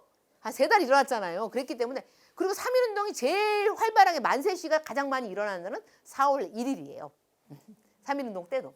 그랬기 때문에 이게 만약에 도착이 됐다면 전혀 다른 양상의 운동이 일어났을 가능성이 너무 높았던 거죠. 그런데 이게 왜 실패하는 바람에 사진에 잡히는 바람에 그런데 만약에 안 잡혔다면 전혀 다른 양상으로 나올 것 같습니다. 근데 이걸 어떻게 이렇게 사진에 잡았느냐. 정말 대단하다. 이건 뭐냐면 그만큼 3.1운동 때 엄청 놀란 일본이 엄청나게 경계와 보안을 육심운동 때 열심히 했어요. 또 터지면 안 되잖아요. 총독이 날아가요. 그래서 총독이 날아가기 때문에 얼마나 열심히 경계를 했는지 정말 철두철미하게 경계를 했기 때문에 그것도 삼엄한 경계라고 하는 것도 실패의 원인인 거예요. 그거는 우리도 3.1운동을 통해서 교훈을 배우지만 우리를 지배하고 있는 조선 총독부도 배우는 거예요. 당할 수는 없다. 그리고 당연히 60만 순정 죽자 같으면 얼마나 긴장하면서 이걸 준비를 했는지 철저하게 준비를 했어요. 근데 이제 이 경문 인쇄 과정을 보면 민창식, 양재식, 이용재, 백명천 이 중에 상당수는 조선공산당원이고 인쇄 노동자들이었고요. 인쇄를 했고요. 그래서 빈집에서 시작했다가 자꾸 인쇄기가 소리가 나니까 감고당 뒤채인 민창식 신문이 감고당이냐면 명성황 살던 집에 서울에 올라와서 큰 집 뒤채에 가서 옮겨서 주야로 인쇄를 했습니다. 그리고 이거를 천도교당 안으로 그럼 안전하겠지? 라고 생각하고 옮긴 것 같아요. 근데 제가 볼 때는 요즘 고민했는데 약간 이거 배포 때문에 옮긴 것 같아요. 왜냐하면 천도교당에는 경찰이 굉장히 들락날락하니까 위험할 수도 있는데 배포해서 옮긴 것 같아요. 그래서 10만 배를 전국 철도망 그래서 분담해서 배포를 하고 개벽 여성 신민들이 잡지에 끼워 넣어서 왜? 이런 잡지를 인쇄하는 게 대동인쇄 주식회사였어요. 누가 다니던? 박내원이 다니던. 끼워서 하고 조선일보 지사, 개벽지사, 천도교 교구, 청년단체를 통해 전국에 동시에 배포를 하려고 하다가 잡힌 거예요. 경문 내용을 보시면 조선인 교육은 조선인 본위로 하라. 산업은 조선인 본위로 하라. 이런 내용들이 있게 됐고 돈 주면서 이거를 이제 배포할 수 그러니까 인쇄까지 한 거예요. 지하에서 어쨌든 인쇄까지 한 거예요. 자, 여러분 이것도 역시 3.1운동 때는 왜 그럼 그 인쇄를 갖다가 보성사에서 하루 몇 시간을 돌렸는데 왜 모르느냐? 일본은 우리나라가 3.1운동 할 거랑 꿈에도 생각 못했어요. 그래서 제가 3월 1일 신문을 찾아봤더니 매일신보 이렇게 써 있어. 요운이 있긴 하나, 요상한 기운이 있기는 하나. 근데 실제로 전혀 예상을 못했어. 근데 이 한 번 당했기 때문에 이때는 엄청나게 그렇기 때문에 더 조심스럽게 인쇄를 할 수밖에 없는 거예요. 소리가 나니까 혹시나 들킬까봐 또 옮겼죠. 그러니까 인쇄할 때까지는 안 들킨 거예요. 이것만 해도 엄청난 사건이에요. 그런데 이 발각되는 과정이 약간 그런 게 소문에 의하면 일단 이제 여기서 보시면 어떻게 되냐면 여기 겪어보면 뭔가 이상한 게 있어. 그래서 고우섭이라는 손재희 부인이 이렇게 이상우 부인이 이상우라는 천도교인 부인이 몇 장 빼냈어요. 그래서 남편이 줬어. 근데 이게 안정식을 거쳐서 이동규한테 가서 걸렸다. 이게 뭐냐면은 이 이동규라는 사람은 마약, 밀매 이런 거랑 관련 약간 뭔가 이렇게 관련이 있어요. 그런데 또 어떻게 생각하면 이게 좀 어려운 게 뭐냐면 조선공산당이 계속 자금을 구하려고 했고 자금을 구하기 위해서 이 사람들한테 전달이 되면서 이 고유섭이 호기심에 꺼낸 걸로 되어 있지만 실제로는 돈을 받기 위해서 우리가 이런 일을 한다고 하면서 전달이 여기까지 간 걸로. 이렇게 보니까 천도교에서 그렇게 봐요. 천도교 우리 옛날에 그 표영산 스님이라는 분 굉장히 훌륭한 지도자분이 아직도 좀 정말 존경하는 분이었거든요. 제가 그 표영삼이라고 하는 분이 천도교사 연구를 하셨는데 그 선생님은 이게 다 작전이었다. 근데 이동규라는 사람이 결국 경찰 수색이 적발이 됐는데 그때 재떨이에 있었던 거야 이게. 구겨져가지고 재떨이에 있는 걸 발견한 거야 사람들 우연히. 그래서 추적해서 천도교로 가서 잡은 거예요. 그럼 이걸 안 꺼냈으면 되지 않냐? 왜 이걸 호기심에 꺼내? 라고 얘기할 수 없는 부분이 있다. 자금과 관련돼 있다라는 얘기가 있는데 약간 자금을 범죄 조직하고 뭐 이런 생각이 들죠. 그런데 우리가 그래서 늘 생각하는데 뭔가 우리가 왜 상상한 게 왜 현실도 막 되는 경우가 있잖아요. 이번에 그 경찰에서 일어난 일도 사실 그런 영화 많았잖아요. 그런 것처럼 사실 그러니까 일제시대에 그 보훈 서운하잖아요. 독립유공자 그때 진짜 어려운 게 뭐냐면요. 누군가를 찾아가서 너 돈 내놔라 그래가지고 강도로 이장하고 들어가가지고 돈을 받았어. 근데 이 사람을 독립 서운자를 해야 돼 안 해야 돼? 이분이 진짜 강도인지 아닌데 모르겠다는 거죠. 부모로부터 받은 돈으로 독립운동 했어요 실제로. 그러니까 이제 이런 뭔가 이렇게 밀매하는 사람들한테도 돈을 받았던 게 아닌가. 그리고 돈을 주기도 했던 거 아닌가 이런 생각이 들어서 이런 것들이 이제 있게 되면서 결국 들통이 나서 가서 신문을 하게 됐는데 결국 뭐냐면 이 사전 발각돼서 그대로 달려갑니다. 그리고 권호설이라는 사람하고 같이 했었잖아요. 권호설은 따로 숨어 있었는데 이제 다 알게 되니까 그 집에 뭔가 저 집이 이상해라고 찾아갔을 때 권호설이 나오면서 잡혀가요. 그러니까 이 60만 세 운동으로 이 60만 세 경문만 사라진 게 아니라 조선 공산당이 싹 다 잡혀갑니다. 그래서 좌절을 했어요. 그런데 효과가 상당했다. 천도교 입장에서 보면 어떻게? 구파는 조선 공산당과 코민텔을 비롯한 사회주의 진영으로부터 진정한 민족 통일 전선의 동반자로 인정을 받은 거죠. 박내원. 그러니까 박내원이 일을 할 때 사촌인 박내원. 그 다음에 어쨌든 이 박인호 교주. 그 다음에 이종리는 몰랐던 것 같고, 이 대부분의 사람들이 알고 있었던 거예요. 근데 그걸 다 이제 덮어준 거잖아요. 인쇄할 수 있도록. 그 다음에 이제 이 60만 세 운동의 사회주의 진영이 뭘 하냐면, 이제 공동전선을 같이 할 수 있겠구나라는, 그러니까 천도교 구파를 한 다음에 신뢰가 생기면서 정말 국민당을 만들어가기 시작하면서 신간의 창립으로 나가게 되는데, 이 60만 세 운동이 큰 영향을. 그래서 구파로 보면 60만 세 운동은 민족주의 진영 내에서 입지를 강화하고 이듬해 신간의 창립에 주도적으로 참여할 수 있는 발판이 돼요. 그러니까 뭐냐면 95대 지문으로 보면 95대 5%지만 정치적 영향력으로 보면 천도교 신파 이상의 영향력을 갖게 된 거예요. 우리가 전쟁을 하면 무력 지금 이란하고 미국 전쟁하고 있잖아요. 실제로 뭐냐면 베트남 때도 마찬가지죠. 베트남 전쟁 때도 중일 전쟁 때도 마찬가지예요. 금방 중국이 질 줄 알았고 금방 베트남이 질 줄 알았고 금방 이란이 질 줄 알았어요. 그 이라크 전쟁도 마찬가지죠. 근데 전쟁은 그런 게 아니잖아요. 우리도 금방 북한 이길 줄 알았어요. 예. 3일 만에 서울 점령했잖아요. 그렇지 않았잖아요. 전쟁은 그런 게 아니에요. 똑같이 어떤 지금도 지분이 예를 들어서 정치에도 지분이 얼마나 있다 해서 그 사람이 정말 늘 그걸 계속 지켜낼 수 있냐. 그렇진 않아요. 그래서 특히나 일제시대 때 이 천도교 신파와 구파는 그러니까 구파는 되게 지분이 5%지만 되게 재밌는 건 뭐냐면은 구파랑 신파가 1925년 12월에 갈라질 때 협정을 맺어요. 되게 재밌지 않아요? 협약을 맺는데 협약이 뭐냐면 천도교 본부는 반반씩 쓴다. 그 다음에 이 예배 보잖아요. 일요일에 예배 본다 그랬죠. 여기도 예배는 같이 본다. 근데 아까 왜 그랬어요? 왜 그러냐면 이 부동산 명의가 다 박인호였거든. 예. 그건 무슨 얘기냐면 그러니까 재정적으로도 또 한편으로는 정치적인 입지에서 신파가 구파를 야박하게 굴었다가는 입지가 없는 거예요. 예. 근데 군파는 진짜 소수의 몇 명밖에 안 되지만 이 사람들이 이 신간에서 굉장히 중요한 그리고 정말 조선 공산당은 국제공산당인 코민테른의 지시에 따라 민족 통일 전선을 하긴 해야겠는데 정말 신파랑 하고 싶지만 그래도 우리가 신파랑 하는 건 아니다라고 생각한 거죠. 그래서 구파랑 하지만 상징적으로는 천도교랑 한 게 되는 거예요.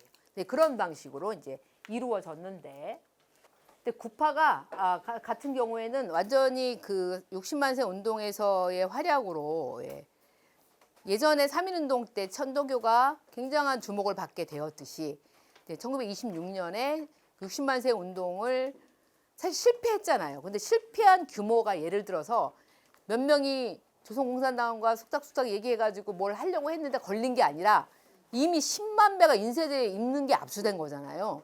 그 자체가 엄청난 스케일의 시위를 준비했다는 거에 그 어떤 기준이 돼버리잖아요. 10만 배. 그러니까 이런 엄청난 일을 하게 된 이 전도교 구파에 대해서 사람들이 갖게 되는 생각은 3.1운동 직후에 천도교에 대한 생각만큼이나 확고하게 저 사람들은 민족주의, 비타협적인 세력이라고 하는 인정을 받게 되니까 조선공산당 같은 경우는 매우 아쉽지만 정말 거의 이게 약간 글을 보면 정말 아쉬운데 천도교 신파가 그런 노선을 걸었다면 얼마나 좋았을까는 항상 갖고 있어요, 사람들이.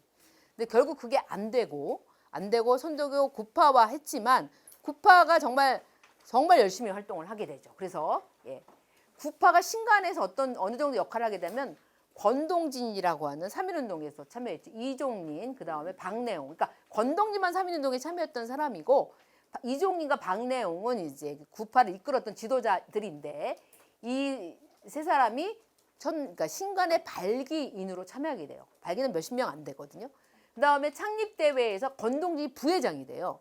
이상재가 회장이 됐거든요. 그 다음에 박내용, 이종린이 상무간사의 자리에 오르게 되고 이상재가 죽은 뒤에는 권동진이 회장직을 승계하게 되고 결국 이 사람들이 다 광주학생운동 민중대회 사건으로 이제 투옥이 되게 되는 상황까지 가게 되는데 이처럼 굉장히 구파가 신간에 내에서 입지가 굉장히 강해지게 되죠. 그리고 또 신간의 지회들이 있었는데 지회 중에 가장 큰 규모의 지회가 경성지회였어요. 서울 지회죠. 지금 쓰면 여기에도 대부분 천도교 청년 동맹 당원들이 거의 간부들이 임원으로 참여를 하게 됐고요. 그 다음에 천도교 청년 동맹이 그래서 성장하게 돼요. 아까 얘기했지만 천도교 청년당에서 구파 청년들이 나와서 요만하게 천도교 청년 동맹을 만들었는데 신간의 활동과 맞물려 지회가 늘어나면서 근데 잘 기억해 보면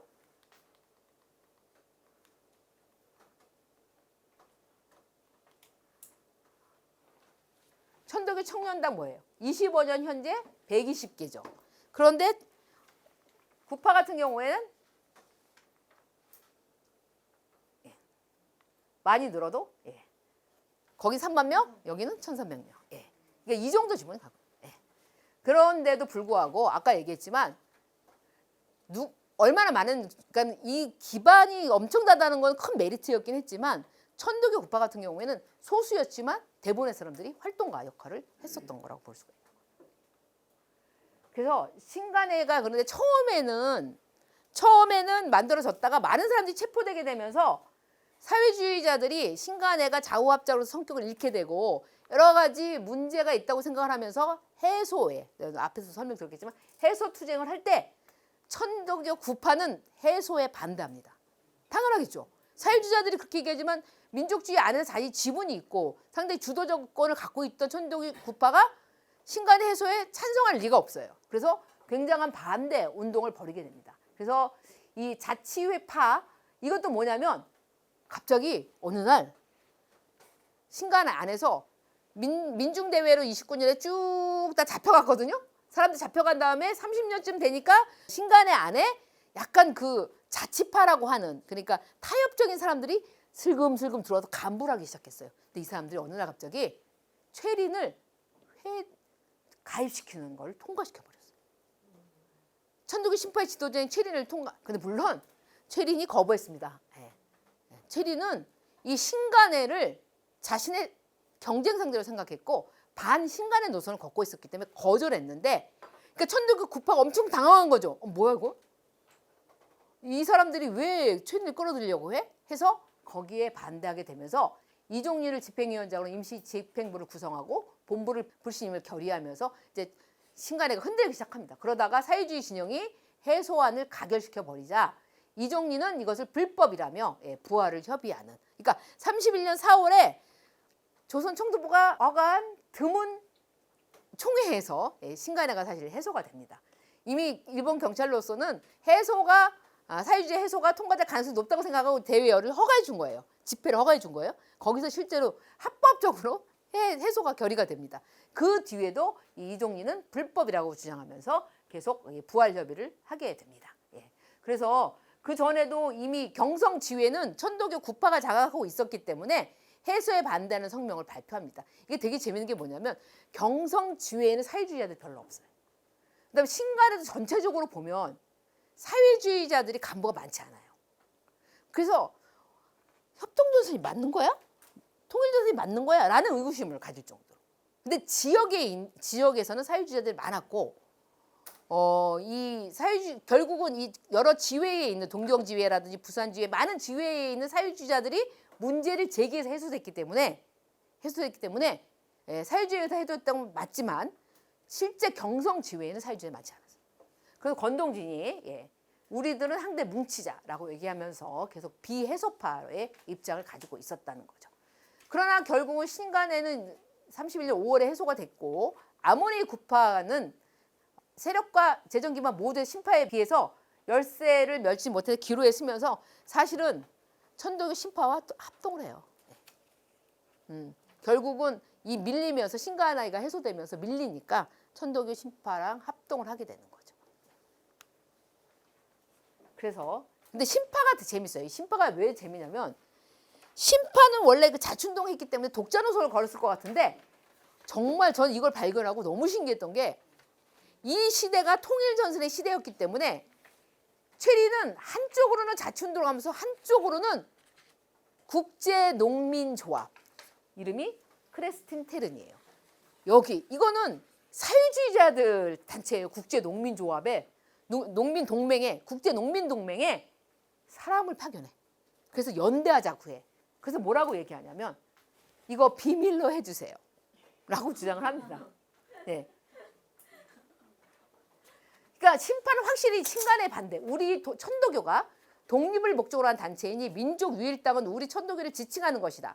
천도교 교세를 두려워하는 조선 내 유지 등이 민족 유일당 결성을 절규하는 것은 우리 교회의 세력을 괴멸하는 음모에 지나지 않는다라는 주장을 보통 이야기를 하면서 공공연하게 반신간의 의소를 표방하면서 크리스틴 테른 국제농민동맹 또는 농민인터넷이라고 불렀던 단체와 국제연대를 하는 아주 독특한 행보를 보여요. 그래서 아까 얘기했지만 자치파에 비해서 통전파인 거야. 이렇게 되면. 근데 신파의 통전은 조선 공산당과 조직 차원에서 협동하는 방식의 국내가 아니라 국제 진영이 사회주의 진영 인사를 또 영입을 해요. 한의건이 이렇게 영입을 해가지고 서울파 사회주의자들하고 친했거든요. 영입을 하게 되는데 또 국제기구와 기적 연대를 추구하죠. 그래서 조선 농민사를 그러니까 조선 농민사잖아. 그리고 농민단체잖아요. 그래서 크레스테른에 가입 신청을 하게 돼요. 그리고 막 조기간 설린 김용인을 파견해 모스크바에. 그런데 신파가 무슨 요구를 했느냐? 비밀로 가입하고 싶어요.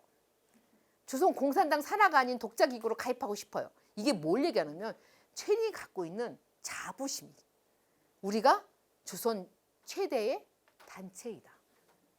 조직 동원이 가능한 단체라고 하는 그런 자부심을 가지고 했는데 이걸 크리스티안에서 받아들이기 어렵잖아요. 특히 자기도 코미테는 밑에 있는데 국제공산당 밑에 있는데 그래도 결국은 이제 안 돼요. 가입이. 예.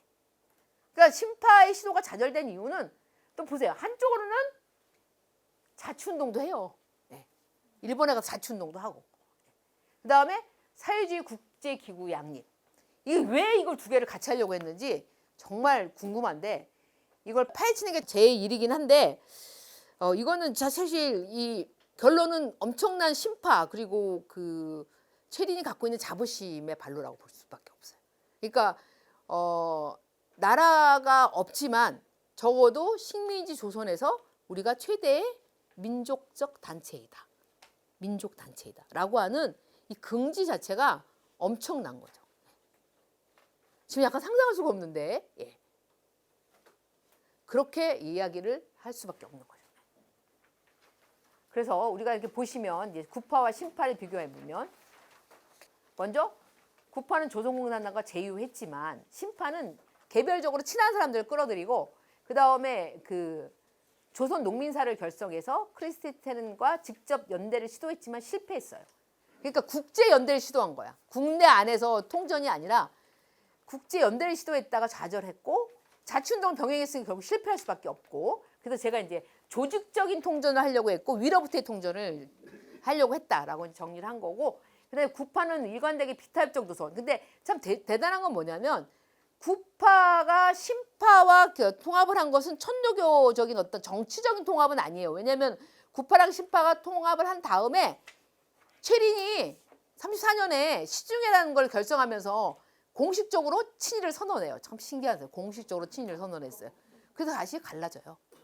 신파 구파가. 그렇기 때문에 결국 나중에 근데 이제 구파 중에 일부가 이제 친일 노선을 이종립을 했거든요. 친일 노선에서 나중에는 이제 다시 합쳐졌지만 실제로 그 최린이 친일 노선으로의 전환을 선언한 다음에는 헤어져요. 그러니까 굉장히 비타협적 노선 일관되게 걸었다. 그래서 우리가 비타협적 노선이라고 하는 결국 중도적인 어떤 노선을 걷는 사람들이 소수이긴 한데 언제나 존재하죠. 해방 직후에도 중도 세력이 존재했듯이 좌우가 그렇게 치열하게 싸워도 이때도 일관된 비타협적 노선을 걸었던 사람들이 존재했다는 거죠. 그만큼 이제 작지만 가치 있는 그런 길을 간 사람들인데 그렇게 자기네들이 가지고 있는 게 적었음에도 60만 세 운동까지 했잖아요, 사실은. 이런 일은 쉽지 않다라는 생각을. 그러니까 큰 조직을 갖고 돈도 많고 기반이 많은 천도교, 청년당, 조선농민사는 할 수 없는 일을 정말 작은 지분밖에 없는 천도교 구파는 자신이 갖고 있는 일관된 신념이 있었기. 그래서 제가 신념이 그래서 무서운 거예요, 사람. 신념이 있었기 때문에 그 신념으로 밀어붙인 거예요. 그래서 역사에서 중요한 사건들을 만들어내고 단체를 만들게 된 거죠. 그래서 보시면 1925년에 신구파가 분할을 했고요. 그 다음에 아까 얘기했지만 신파는 타협, 자치, 구파는 비타협 통전으로 갔는데 26년에 이 60만 세운 구파는 직접 실천한 거잖아요. 실천을 했고 27년에 신간회가 창립이 되면서 비타협 통전이 제도화가 되는 거죠. 이게 이렇게 조직이 만들어지는 거고 거기에 사회주의와 함께 민족주의자 중에 비타협 세력들이 이제 참여를 하게 된 거죠. 그래서 구파의 통일전선이라고 하는 걸 정리해 보면 조선공산당이라는 조직과 제휴했지만 박내원, 박내영, 손재기 등 구성원 개개인이 매개되는 형태로 그러니까 집단이 그러니까 천도교 구파가 사회주의 조선공산당에 들어간 건 아니라는 거죠. 그래서 운동은 자금 부족과 보안 허점으로 실패를 했죠. 바로 그러나 그 참여로 인해 구파는 사회주의 진영으로부터 민족통일전선 운동의 동반자로 공인을 받게 되는 거죠. 통일전선에 되게 재밌는 게 구파, 신파를 저거 통전이라고 불러야 되나 말아요. 엄청 고민했는데 잘 보시면 구파는 상대가 조선공산당이었고 방식은 상층 지도부와 천도교 청년동맹 지도부가 사실상 개별적으로 참여를 해요. 집단을 아까 권어설과 박나온으로 대표된다고 제가 얘기했죠.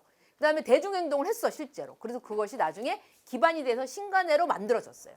근데 신파 같은 경우에는 사회 진영의 비주류 인사, 그것도 비주류 인사들이에요.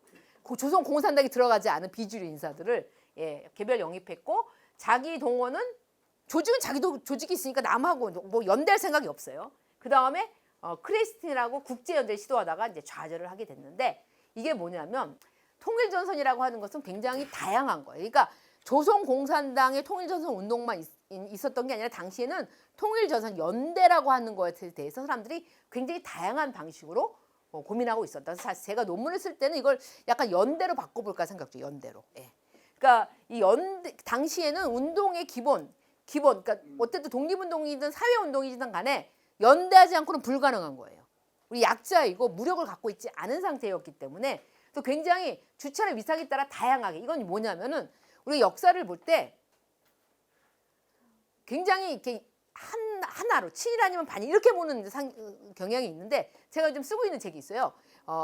청년 친일파 다른 미래라는 책을 쓰고 있는데 그게 뭐냐면 1945년 시점에 우리 그 친일인명 사전이 있죠. 민족문제연구소에서 낸 친일인명 사전에 있는 사람을 제가 지난 명절 그 친일인명 사전 다 읽었어요. 아 진짜 세 권 읽느라고. 이거 무슨 생각을 했냐면 거기에서 제가 45년 시기에 1910년 대상을 추출해 본 거예요. 10년 이후에 태어난 사람. 진짜 많어. 한 400명 돼요. 이 사람들이 해방을 잘 먹고 잔 사람들이 그 사람들인 거예요. 1900년에 친일파들 다 죽었죠. 그때 이미. 그러니까 뭐냐면 근데 이 사람들이 다 관료 아니면 변호사 아니면 판사, 검사 이런 사람들이었잖아요. 군인. 이 사람들이 해방 후에 막 북한에 가서도 출세한 사람도 많고 엄청나게 많고 그래서 이 사람들 되게 모두가 친일파한테 잘 먹고 잘 산 건 아니구나. 다양하게 살았구나라는 걸 보여주고 싶어서. 그러니까 어떤 역사를 너무 주류도 있지만 비주류가 존재한다는 걸 다양하게 보여주는데 물론 대부분 잘 먹고 잘 살았는데 그중에 제일 내가 놀란 거는 그 인명사전에 있는 친일파 중에 친일파 명단에 있는 계신 분 중에 가장 늦게 죽은 사람이 언제 죽었는지 아세요? 2022년. 네. 정래혁이라고. 나이 드신 분들은 정래혁 국무총리 했던. 전두환 때. 너 지금까지 몇 년 전까지 같이 사셨구나 이런 생각이 했대요. 네. 근데 어쨌든 되게 다양한 길을 걸었어요. 그런 것처럼 우리가 뭔가를 할 때 공산당만 있었던 게 공산당 안에도 굉장히 다양한 입장을 가진 사람들이 존재했고 천동에서 굉장히 다양한 입장이 있었는데 천동의 구파가 그나마 단일할 수 있었던 건 어떻게 보면 규모가 작고 자기네끼리 엄청나게 밀착돼 있었기 때문에 일관된 그런데도 한 가지 희망이 있다면 늘 이렇게 어떤 상황에서도 소수라도 자기 입장을 지켜내고 일관성 있는 사람들이 존재했다는 게 굉장히 나중에 사실 이종리는 친일을 해요. 막판에. 그런데 권동윤, 오세창 안 해요. 구파의 진짜 원로들 안 해요. 이분들은 구한말부터 이름 있던 분들이 이분들은 그런데도 안 해요. 이런 걸 보면 물론 박인호도 안 해요. 박인호 잡혀갔겠지. 멸에 기도하다가 멸왜 기도가 뭐겠어요. 외군 망하는 외놈 망해라 이런 기도하다가 잡혀갔는데 그러니까 그런 게 있어요. 그러니까 구파에 그래서 딱 해방이 되자마자 심판은 다 책상 밑에 숨고 구파가 주도를 하는 그런 상황이 오게 되는데 결국은 이런 사람들 소수지만 희망인 사람들이 있었다라고 하는 측면 그리고 정말 운동이라고 하는 걸 하려면 다수의 힘을 가진 사람을 자기 편을 만들었어야 했는데 이때도 다수는 사실 결국 친일로 이미 30년 초반부터 그 신파 같은 게 친일로 넘어갔잖아요. 그래서 60만 세 운동 같은 경우에는 그래서 이번에 이제 60만 원 100주년 되면서 여러 가지 얘기가 있었는데 자꾸 다른 분들이 그런 얘기를 해요. 그래봤자 박나원하고 권오솔이 했어. 뭐 시작해가지고 이렇게 하는데 다른 나라의 이런 비슷한 사건들을 이렇게 중국이나 이렇게 보면 다 몇 명이 해요. 근데 그 몇 명이 뒤에 다 조직이 있는 거예요. 천도교 구파가 있는 거고 조선 공산당이 있는 거예요. 근데 그 일을 이제 조선 공산당 결의하고 조선 공산당원들이 다 모여가지고 한꺼번에 할 수 있는 상황이 아니잖아요. 비합법이고 정말 은밀하게 정말 쪽지가 날아다니던 시절인데 그렇기 때문에 그런 게 아니에요. 그러니까 뭐냐면 어떤 운동에는 우리의 상상력이 좀 좁기 때문에 그런 생각을 하는데 그래서 제가 자꾸 중국의 그런 영화나 이런 소를 보는 이유가 그 역사도 보면 이게 상상력을 보여줘요. 왜냐하면 우리가 그런 비합법 활동하는 거에 대해서 상상하기가 어렵거든요. 그런데 실제로 그런 일들을 하면서도 이걸 해냈다고 하는 것 자체가 그리고 뭐니 해도 뿌리진 못했지만 10만 매가 인쇄된 거는 사실이기 때문에 그런 점에서 굉장한 의미가 있는 사건이었다. 여기서 이제 사실 학생들하고 같이 했고 학생들하고 연대한 것도 이야기해야 되겠지만 이 천도교라고 하는 세력이 일제시대 때 가장 큰 민족 단체였고 민족적 단체였고 정치사회 세력이었다 하는 점. 그래서 결국 60만 세 운동에서도 3.1 운동에서도 중요한 역할을 할 수 있었다는 점 말씀드리면서 끝내도록 하겠습니다. 예. 조선공산당이 연락했어요. 예. 조선공산당에서 만났어요, 사람들을. 근데 거절한 거죠. 이때는 그러니까 뭐냐면 1925년에 치안유지법이 이 국가보호법이거든요. 지금으로 치면 치안유지법이 바로 아까 얘기했지만 제가 살짝 넘어갔지만 이때 치안의 그 상태는 3.1운동 때가 달라요. 그리고 3.1운동 때 아까 얘기했지만 아예 예상을 못했잖아요. 일본이. 그래가지고 총독 갈린 거잖아요. 그 총독한테 뭐라고 얘기했냐면 그러니까 그때가 되게 아이러니한 게 일본은 다이쇼 데모크라시 시대였어요. 민주주의 시대였어. 그래서 처음으로 정당의 당수가 수상이 됐었어요. 그 전까지는 천황이 내리꽂았는데 됐어요. 하나가 된 거야. 그래서 거기 민주주의 시대였던 거야. 그래서 약간 일부 지식인들이 이제 한국에도 이렇게 조선에도 좀 언론을 허용해 주자라고 얘기한 거예요. 근데 이게 왜 중요하냐면 그래서 바로 3.1운동 직후에 뭐 했어요? 조선일보, 동아일보 창간된 이유가 뭐예요? 이게 뭐냐면 신문이나 이렇게 언론을 좀 풀어줘야 이게 고도의 스킬이었던 거지. 무단 통치가 아니라 원래 문화 통치 일찍 시작했어야 돼요. 왜 그러냐면 그래야 한국인들이 무슨 생각을 하는지, 그러니까 식민 정치에 대해 어떻게 생각하는지, 그다음에 어떤 사람들을 한국인들이 존경하고 있는 한국의 지도자인지를 알 수 있는데 전혀 모르고 매일신문 하나 자기네 기관지만 갖고 있었잖아요. 그래서 그때 그러지 말고 신문 언론 해줘야 되는 얘기가 있었어. 근데 하사가 총독이 다 자른 거죠. 그런 걸. 그래가지고 결국 한국인들의 민심을 몰랐어. 그래서 20년부터 언론의 자유를 일부 풀어줬잖아요. 그래서 신문도 나오고 잡지도 나왔잖아요. 그 상황이 다 파악되거든요. 지금 이제 최근에 방첩사의 기록들이 이제 이관되면서 핫 이슈가 돼. 방첩사가 사라지거든요. 핫 이슈가 됐는데 그걸 본 진화위 직원들 말에 의하면 정말 열심히 일했답니다. 예. 그러니까 정말 해방 이후부터 엄청 축적돼 있었대. 이게 그럼 일제시대 때는 얼마나 축적돼 있었겠어요. 일본 경찰이. 물샐 틈 없이. 그래서 이건 해도 100% 실패한다고 생각한 거예요. 그래서 기독교 참여 안 했어요. 다른 데 다 얘기했어요. 예. 3.1운동 때처럼. 참여 안 한 거예요. 근데 그거는 우리끼리도 이해한다. 실패할 가능성이 훨씬 높은 일이었다. 그러니까 그러면서 제가 아니 그런 거 실패할 가능성이 높은데도 한 거 보니까 대단한 거 아니냐 이렇게 얘기했죠. 60만 세 운동 천도교에 대해서 천도교는 김일성이 옛날에 교실을 신년사 같은 거 할 때 되게 재밌어요. 종교를 이렇게 설명해. 북한은 뭐 형식상 종교가 있잖아요. 천도교, 기독교, 불교 이렇게 설명해요. 그러니까 보통 우리가 생각할 때는 지금 우리 감각은 기독교 이렇게 천도교 맨 앞에 나와요. 지금 천도교 동맹이 있고 북한에서는 그 김일성은 천도교 굉장히 좋게 생각했고 그 다음에 그 유미영이라고 하는 그 지금은 돌아가셨는데 그 독립운동가 유동열의 딸과 최덕신이라는 분이 갑자기 생각나는데 그 독립운동가 아들하고 딸이 결혼을 해가지고 남한에서 최덕신이라는 분이 70년대 그러니까 독일 대사하고 70년대 외교부 장관을 했는데 북한으로 월북했어요. 예. 그때 엄청나게 환영을 해줬고, 예. 천도교는 자기가 만주에 있을 때부터 좋게 생각했거든요. 그래서 굉장히 우대를 해줬는데 60만 세 운동과 관련돼서는 천도교와 여러 가지 같이 얘기하다가 조선공산당 얘기하다가 북한은 조선공산당이면 안 되잖아요. 점점점 김일성으로 초점이 옮겨가면서 해피면 김일성이 타도 제국지라는 단체를 만든 게 1926년이에요. 그래서 같은 해잖아요. 그래서 60만 세 운동에 대한 서술은 거의 사라지고, 예, 조선공산당이 했다고 인정하지만 사라지고, 예, 60만 세 운동보다는 트드 동맹이라고 하는데 강조하는 방향으로 이제 가고 있죠. 예. 60만 세 운동에 대해서는 원래 조선공산당이 주도했다고 하는 주장을 북한 측은 해방 직후부터 했었어요. 예. 그러다가 지금은 거의 이제 사라져.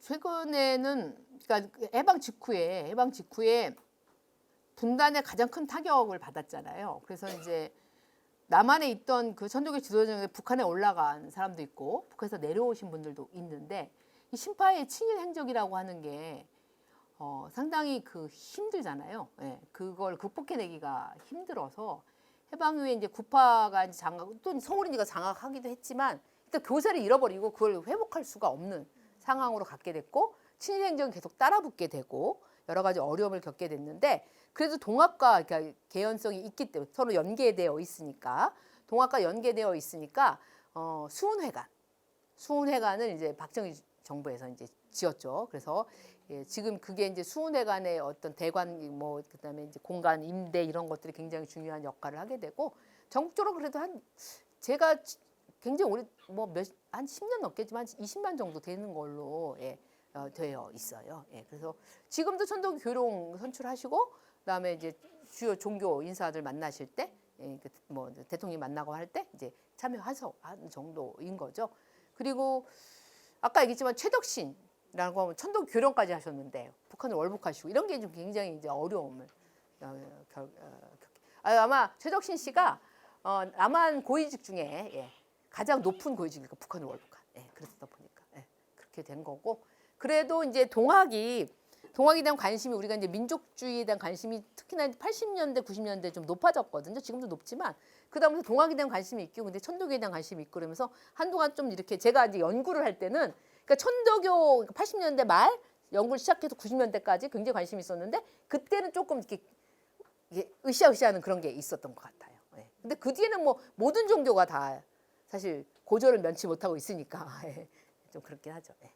그러니까 일본은 이제 자본주의적으로 이제 성장을 하게 되면서 자본주의적으로 이제 쭉 가게 되면서 뭐 공산당도 허용하고 이러면서 그냥 쭉 갔는데 이 관료와 어떤 천황제 그러니까 왕 중심으로 쭉 밀고 나갔잖아요. 그러니까 그 관료 중심으로 해서 발전해 나가서 그 안에서 큰 혼란이 없이 제국으로 성장을 했잖아요. 그러니까는 거기서 이제 우리도 뭐 제국으로 성장하지 못하는 법이 없어요. 잘 살 수 있었다는 거죠. 한편으로 중국은 엄청난 혼란을 겪게 되죠. 군벌끼리 싸우게 되고. 근데 우리 이제 중앙집권적이라 일본처럼 갔을 수 있었겠지만 이 안에서 만약에 사상투쟁이 굉장히 강했다면, 그러니까 공산당이라는 게 만들어졌는데 그게 불법이거나 비합법이었거나, 근데 이게 만약에 산지를 중심으로 농민군이 형성돼서 왜냐면 우리가 동학농민운동까지 한 것처럼 되게 농민봉기가 많았던 나라거든요. 그리고 19세기 대충 한 4만 명 정도 죽었거든요, 농민이. 가보농민 전쟁까지.